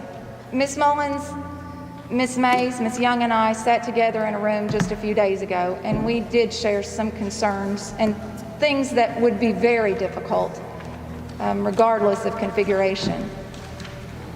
As we really did not, as a group, try to think of things in disadvantages or advantages. We were asked by Mr. Saylor to consider student learning. So that's the way we approached everything. As a staff, we want to be very close with Springs. We need to be very close with Springs. If we stay in the current configuration, Ms. Mullins, Ms. Mays, Ms. Young, and myself, we're going to have to really work on it not feeling like the accountable school is the state accountable school, where the assessments are currently administered to students, 3 through 5. That it would feel as if we were coming down being bossy or if we're sister schools, being the big sister, coming down to the little sister. We don't want that feeling, and we think that could be a negative if we stay in the current configuration. As far as the curriculum, that doesn't matter whether we are in our current configuration or in our in a K-5 configuration. As Ms. Mullins mentioned, our focus by the district is to work on a strategic plan. Even though we're called an intermediate school, we're elementary. We're considered elementary through the standards. We have got to put our focus on that middle school transition, that 5th to 6th grade transition, and that's going to happen at both schools. we are going to have that focus so that they are ready for that transition. Otherwise, our graduates are always going to be at a deficit. We've got to have that focus. Those relationships are going to take time, support from our district team, just making sure that things are in place for those conversations to happen. Time is very limited in classrooms. You know, we are down, Mr. Saylor mentioned this, we're down to, I was trying to count back real quick on my calendar how many days now we have before testing, because now there's one more day that I didn't account for. I think we're at 32 now, so one more day, woohoo! Every day is precious, and that starts with the first day of school being precious and using it to help students and gain skills, but we're gonna have to squeeze time to make sure we're working together. If we were in a K-5 configuration, at least we would be equals. We would be coming to the playing field as equals. We would both have kindergarten students. We would both have 5th grade students. And it wouldn't feel like, I am afraid, I don't know, I can't speak for them. I would ask Ms. Mullins to, I'm concerned it would feel like we were being the bossy ones. We know what the kids have to do for that assessment. Okay. Thank you, Ms. Marley. Ms. Mullins, if the board decides to leave the schools as is, what ways can you ensure that both schools can work together to make sure that our curriculum is aligned and rigorous to the Kentucky academic standards? I think one of the first things that we would need to do is, as administrators come together and decide what type of activities can we develop and foster that would encourage the right conversations to be occurring across schools. Ms. Arvin and I did talk about the concept of knowing. It is empowering for a kindergarten teacher to spend time in a 4th grade classroom, just as it's powerful for a 5th grade teacher to come visit a 1st grade classroom. I feel like before COVID occurred, we were a lot closer to being able to foster those types of activities. We were meeting as a district principal team from South Urban to high school before COVID began. We were meeting weekly, talking about what's going on, fostering some of those leadership conversations, because it starts there. I feel confident that the teachers at West Urban support Miss Arvin like my teachers support me. If I ask them to go help me milk 100 cows tonight, they'd go do it. So the concept is we have to set up the structures that help them have these transition conversations and to know what the expectations are from each grade level. And that, like Ms. Arvin said, goes far beyond 5th grade. It would need to involve middle school, high schools. It's all about having that picture of a graduate. I feel like there is power in the fact that at this current time, we all own them, their successes or their failures. And it pushes us to make sure that we are building a graduate from the ground up. We all have our piece in the assembly line as we move down to make sure that they have what they need. So I think that there would have to be systems in place to support the right type of transition discussions and the right type of ownership in the standards. I feel like there's a lot of work to be done in the process of communication with parents about report cards and what it looks like and what the expectations are. Everything is kind of at ground zero again for parents as well. There's been so many changes. I think that we would have to create opportunities for that vertical alignment to go on.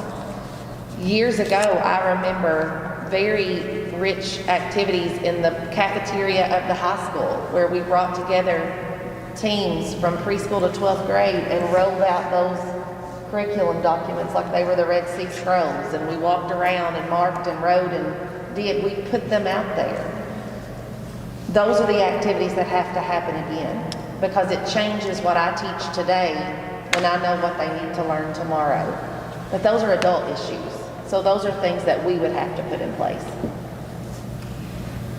I guess just a follow-up to this, to Ms. Arvin and Ms. Mullins and Mr. Saylor and Ms. Isaacs. we can no longer use COVID as an excuse. And it sounds like we're all identifying that there's problems within our district that need to be addressed and need to be fixed to move our children through kindergarten and become graduates. I guess my follow-up to this is why haven't none of these things occurred? Why are we in the situation that we're in right now? We're having this discussion. We have been asked not to go, I mean, we can say COVID is not an issue, but yet we've had policies in place that have discouraged us putting together activities that I would hope we can move forward and do at this point. We have been asked not to cross those lines and go and do, I mean, it's been a heavy discussion on just how to meet the academic needs within that classroom in a non-traditional way. So we have taken a bigger shift in the non-traditional discussion tied with a social-emotional element that we don't even have a total hand on yet. So I don't feel like we're using it as an excuse that it's not occurring now. I think that the current practices and policies in place have prevented what I hope would occur in the future, because my reference was that we were doing it prior to. I understand. And all I was pointing out is I don't think we can continue to use COVID as an excuse. We have to find ways to be creative and move around that. So maybe I didn't say that clearly. I agree with you. I don't think we can any longer use COVID as an excuse. Ms. Arvin, do you have any further comments related to that, or do you have a follow-up as to why this is not occurring? Why the marriage of the two schools hasn't occurred, or why are we struggling to move kids along through the system? Well, I think you heard one of the differences in the way differences. It's just differences. It's not that one way is necessarily better than the other, but it's differences. Our CSIPs are not developed together right now. Springs does review the data from West Irvin because they too had a big part, especially in third grade data, because they had those students at Springs longer than we did. We only had them for a year of that instruction. But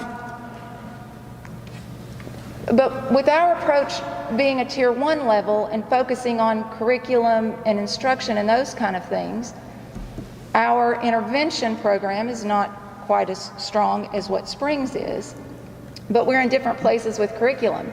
So for example, when we reached out and tried to get input, honestly, from either level school, we haven't necessarily had folks that were ready to have those conversations with us.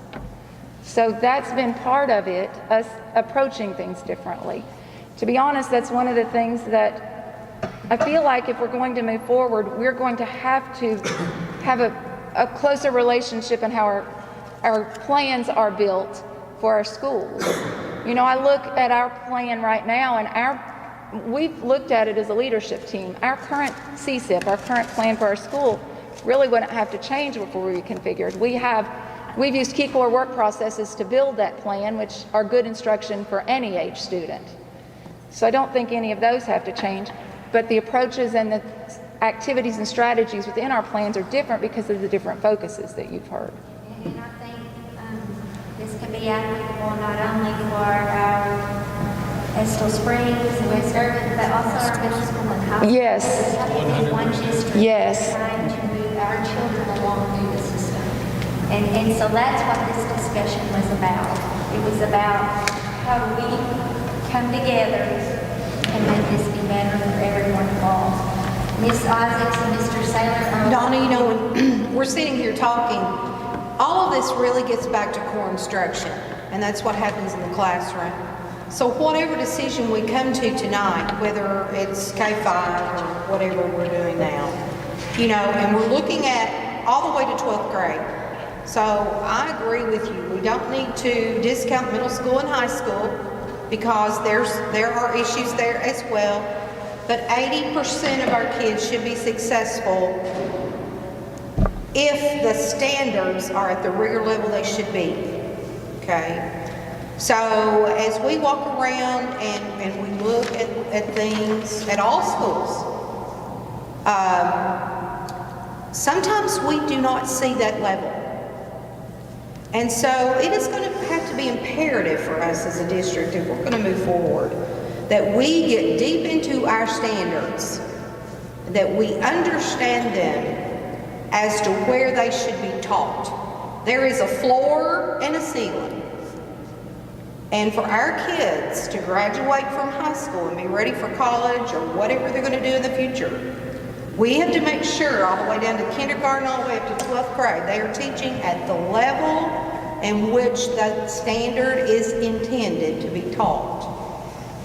Now, that's on the district to make sure that the district curriculum is written so that that occurs.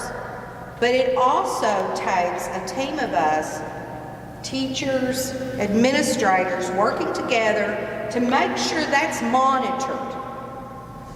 It is only a piece of paper with words on a page unless teachers and administrators can have high-level discussions about what that looks like in the classroom. And then it's purposely designed that then we go through and we walk in each other's rooms and we have those high-level discussions about what that instruction looks like and where we have weak points and where we can smile and celebrate. Okay? So, as we leave, I want it to be successful. I want my district to be successful. But we're going to have to break down some walls, and we're going to have to be really able to sit at the table, and we're going to have to be able to discuss what does instruction look like for our Estill County graduate in 12th grade. And we're going to have to revise some things. And we're going to have to do some different kinds of work in our classroom. You know, there are strategies and there are activities. Not all activities are good. High-level strategies get you more bang for your buck as far as student learning. We've got to focus on that higher level of strategy work. Okay? So I just want everybody to understand my position. I just want a viable curriculum, K through 12. I want it to be rigorous.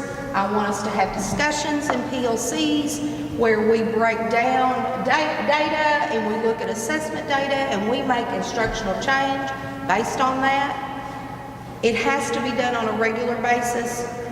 I've always been taught that you cannot go 2 weeks without looking at a piece of data. You just can't. Because after 2 weeks, guess what? You're moving on.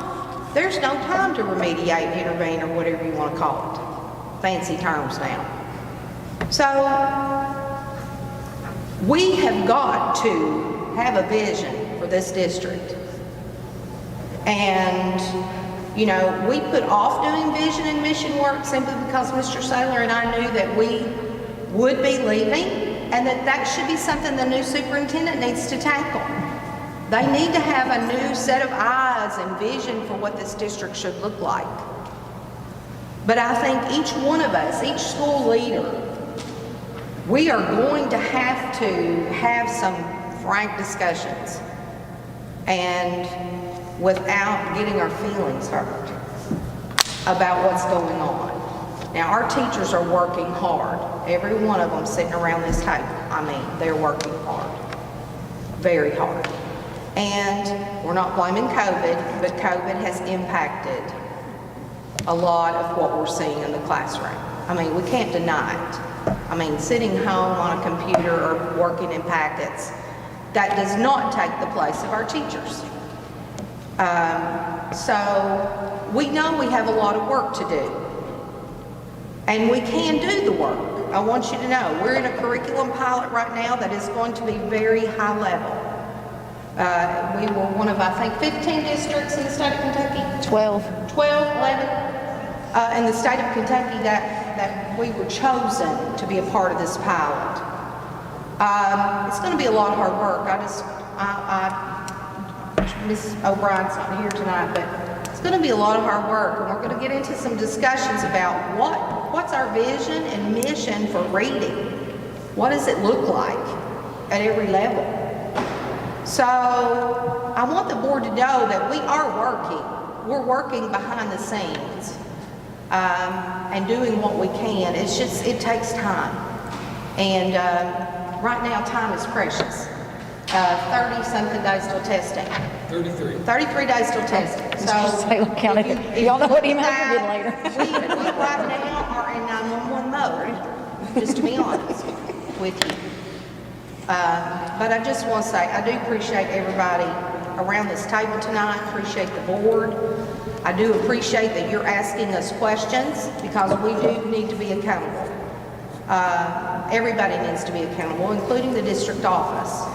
And we meet regularly.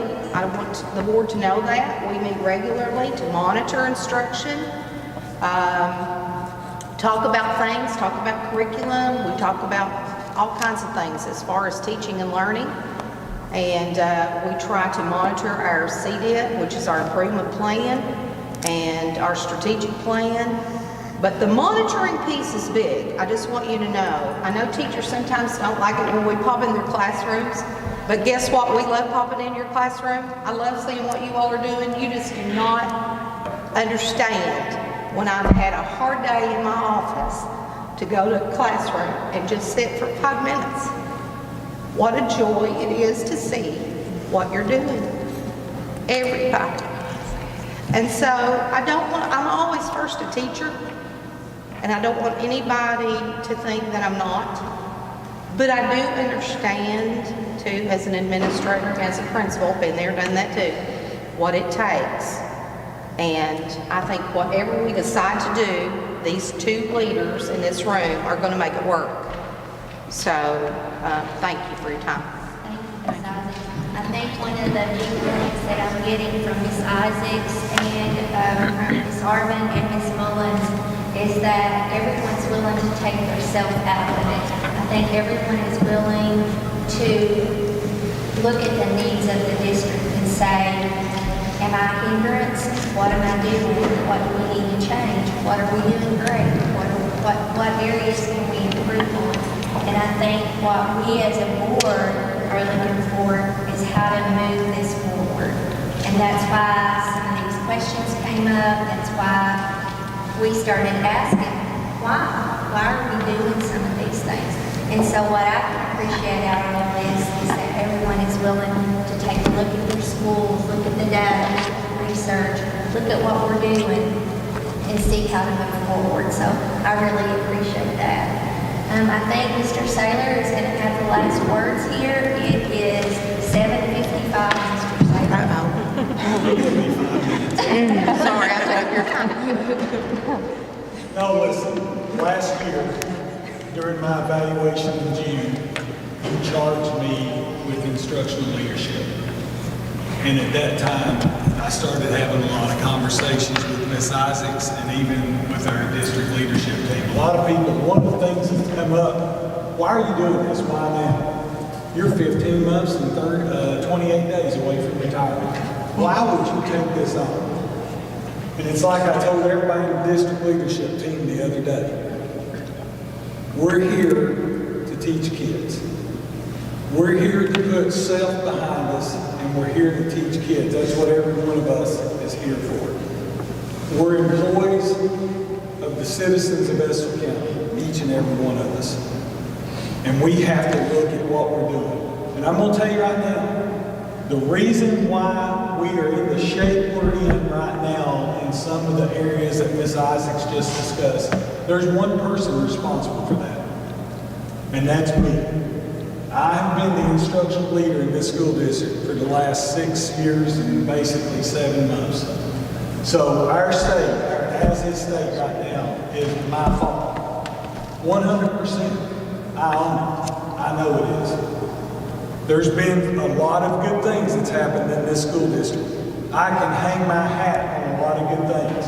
excelled at facilities, I feel like. I have excelled at building community relationships that was broken before I got here. But I have not done the job I needed to do to lead this school construction.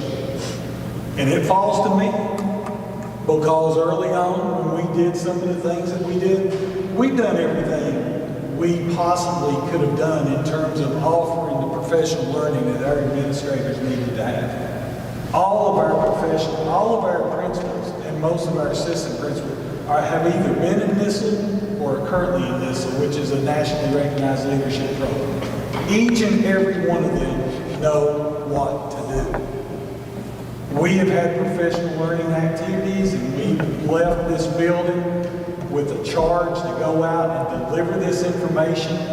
And I guess the thing that is so sad, and it's education, and I'm not making excuses because ultimately it's me.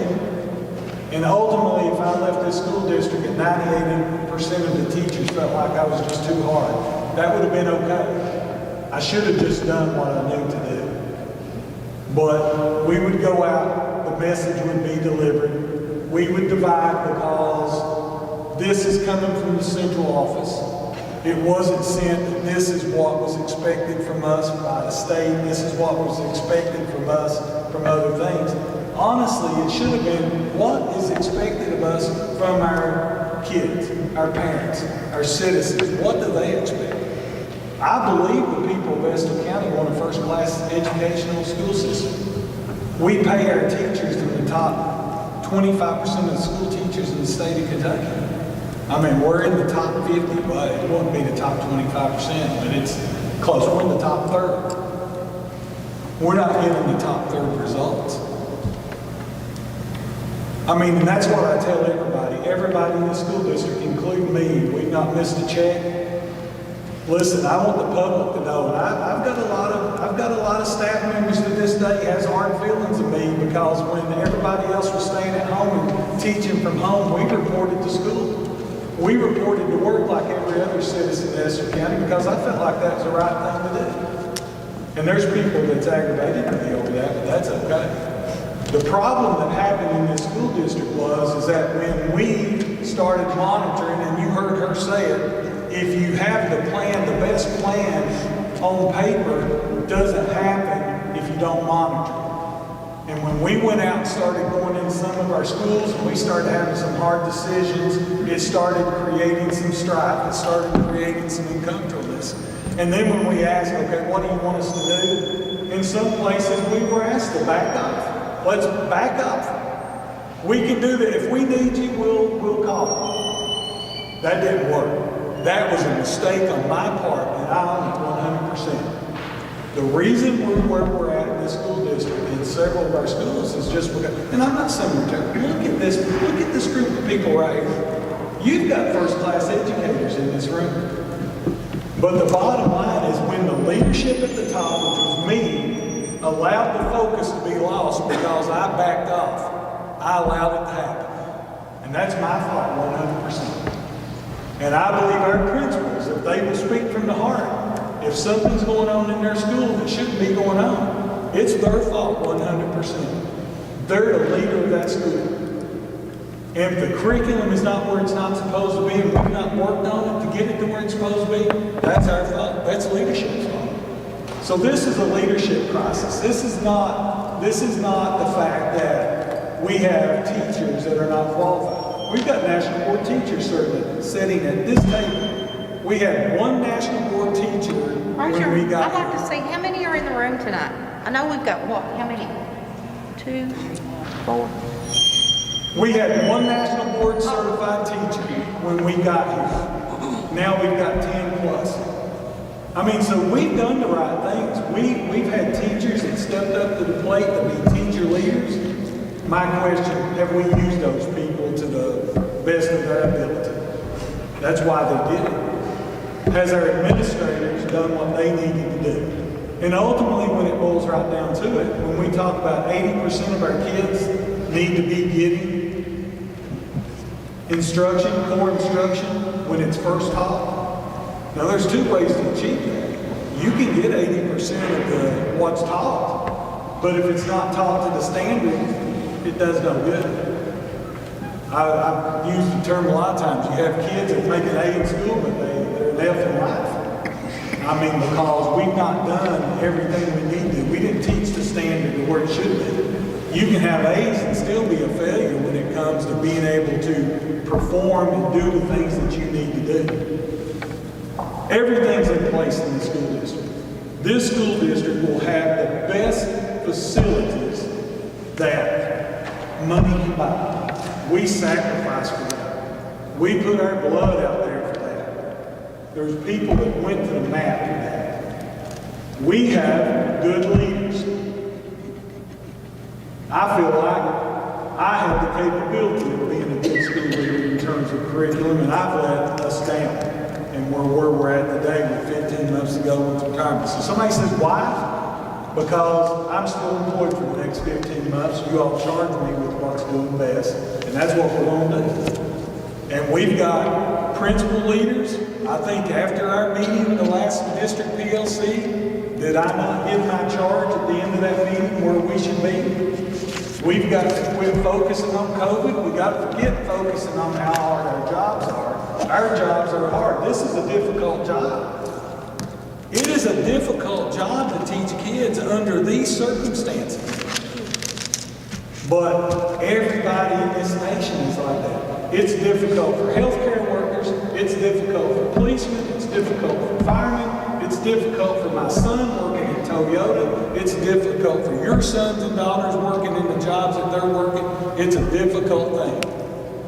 And I remember back one time I spoke at Estill Springs, and I remember Trent was a first-year teacher, and I said, matter of fact, he didn't even have a job at that time, I think. And I said, I wish everybody had the love that Trent had right now, because he was a brand new teacher, excited, was in there working, but we get here and we get drove down by COVID, we get drove down by kids being behind in what we need to do, and we lose our focus about what we can do for kids.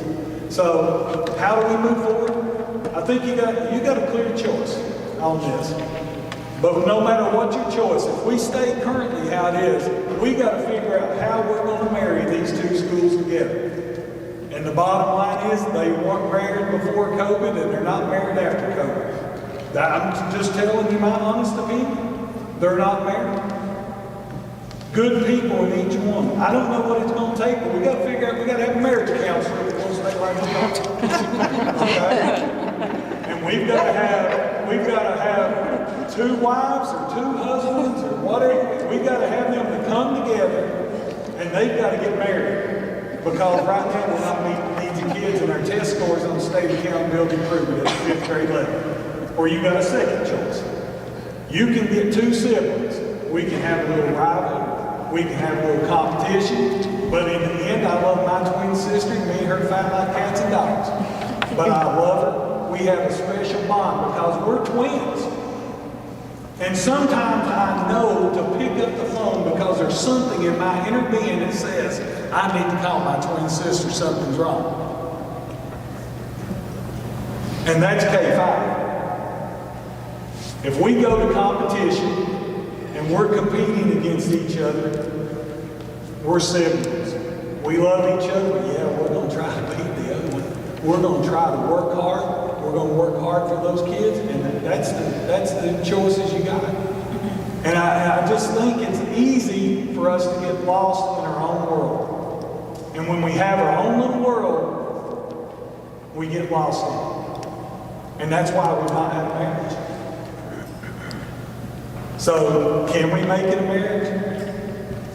Do we become 2 siblings and we have competition and we work together to do what's best for our kids and get some competition going that's going to spur people to work harder? Because I can tell you what, if I'm at Estill Springs, I'll be doggone if West Urban's going to beat me on state accountability if I'm working up there in K through 5. And if I'm West, I'm going to work my butt off to beat Estill Springs. There's nothing wrong with competition. We saw it last night on the basketball floor for 3 overtimes. Competition's good for you. Sometimes you come out the winner. Sometimes you come out the loser. But that's okay. So the blame's on me. But I tell you what, I'm employed for the next 15 months and 28 days. And And that's what I'm gonna work with. And I'm gonna work with our leaders, I'm gonna work with our principals, and I'm gonna tell you, if I've got principals that don't wanna work with me, we're gonna have issues in the next 15 months. And we're just gonna have issues. And I'm leaving here voluntarily in the next 15 months. And if we don't do the things we need to do leadership-wise, that's why he took the job. All of our principals in this school district took the job to be the leader to do what's best for kids. All of our teachers took the job in our school district to do what's best for kids. And we've got to become one thing, and I said in this discussion, I'm gonna hush. If we don't make this decision based on what's best for students, we'll work through adults. Adults are gonna get paid. Adults are gonna be treated fairly no matter where they work in this school system, because I won't have it any other way. We're gonna make a decision, or you guys are gonna end up making a decision, and I'll give a recommendation here in the next few weeks, because we don't have a lot of time spare on this. We cannot go into May to make this decision. If you're gonna make this decision has to be made by the April board meeting, and then I dare say it may be too late. May I speak? Yes, ma'am. Yes, I would just express to the board that we have a lot to do if you make a change. It's not as easy to just say you're going to flip-flop kids and it magically happens.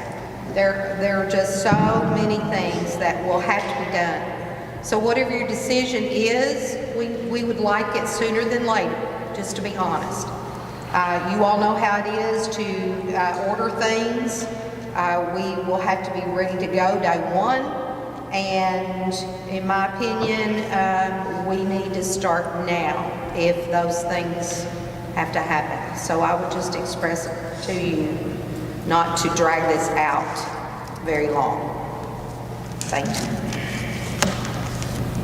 Thank you, Ms. Isaacs. Thank you, Mr. Saylor. So it's 8:09. We promised that we would keep you for 90 minutes. I would just like to once again say thank you to Ms. Arvin and Ms. Mullins for bringing their leadership team out this evening to help share information that we as a board needed to hear and then ask for. If anyone has any questions about Mr. Saylor's evaluation, it is public information, and he was charged with looking at academics and how to move that forward, and that was on his last evaluation.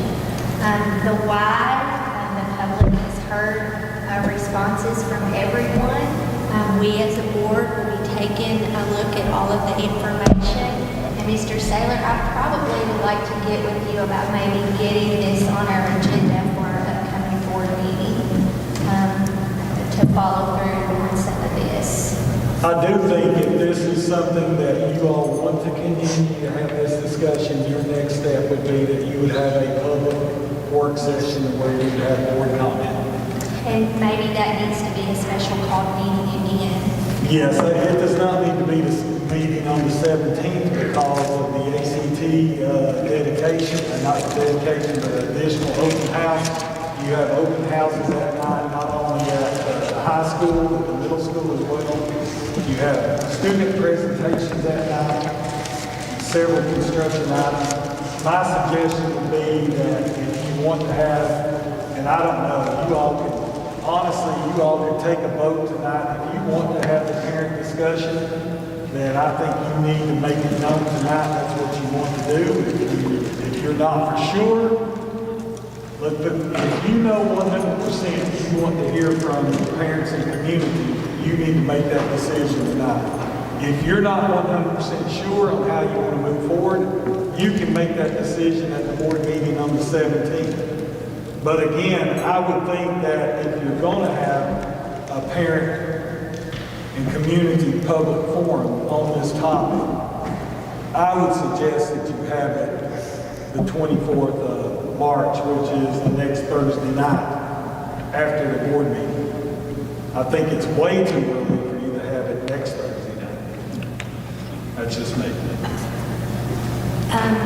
So I would like to ask if I have a motion to ask for a parent forum and to reconvene with our principals and our leadership teams to answer more questions. I would like to ask if I have a vote for that. I'd like to make the motion. Sheila makes a motion. Do I have a second? Carrie Smallwood makes a second. Do we have any discussion or any comments from the board? Okay, I'd like to call for a vote. All in favor? Any opposed? Motion carries. So we'll move forward and we'll set the date for that, possibly on the 24th at 6 o'clock. I can make it happen if that's what you want to have. And we'll have Karen and Walden and Ms. Mullins and Ms. Arvin, have your teams ready to respond. And we'll move forward. Would you like to have that meeting in this facility or the high school auditorium? I think the high school auditorium would be a better meeting for that. How do you all feel about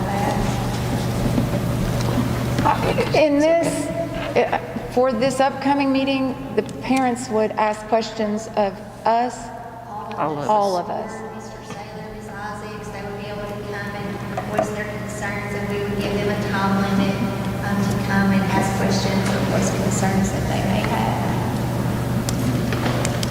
So I think the high school might be a better venue if that's not a problem. I think the panel probably, and I'm just thinking ahead, if that's, it would be the board members, both principals, both assistant principals, and the Ms. Isaacs and myself, or Mr. Isaacs. So we'll move forward and we'll be getting that information out to everyone. Our next scheduled board meeting is actually the 17th of March, and we'll be here at our regular board room at 6 p.m. I would like to call for an adjournment, and following the adjournment, I'm going to do something a little unusual or something that's not expected. I would like to ask that we as groups, for any of you that want to stay, that we just have a word of prayer for our districts or these decisions that are coming up. God guides us in the way that we should go. So anybody that would want to stay for that, I mean, maybe Ms. Mullins would lead us in that prayer. Okay? So I would like to ask for adjournment. Do you want to make a motion? In our next meeting at the high school, the AT&T building on the 17th. Okay, you said it. Oh, I said the wrong thing. ATC. Well, it's actually, the open house starts at 5 o'clock, and the board meeting actually does not start at 6, but we'll show the meeting starting at 5 at the ATC. We'll just have to meet out front. I believe you'll be able to tour the baseball softball facility that is on time as of right now. We know it's rained out. The only thing that won't be finished is the blacktop and just a few of the concrete sidewalks. But it's ready. If you've not been up there, it's pretty awesome. So, like I said,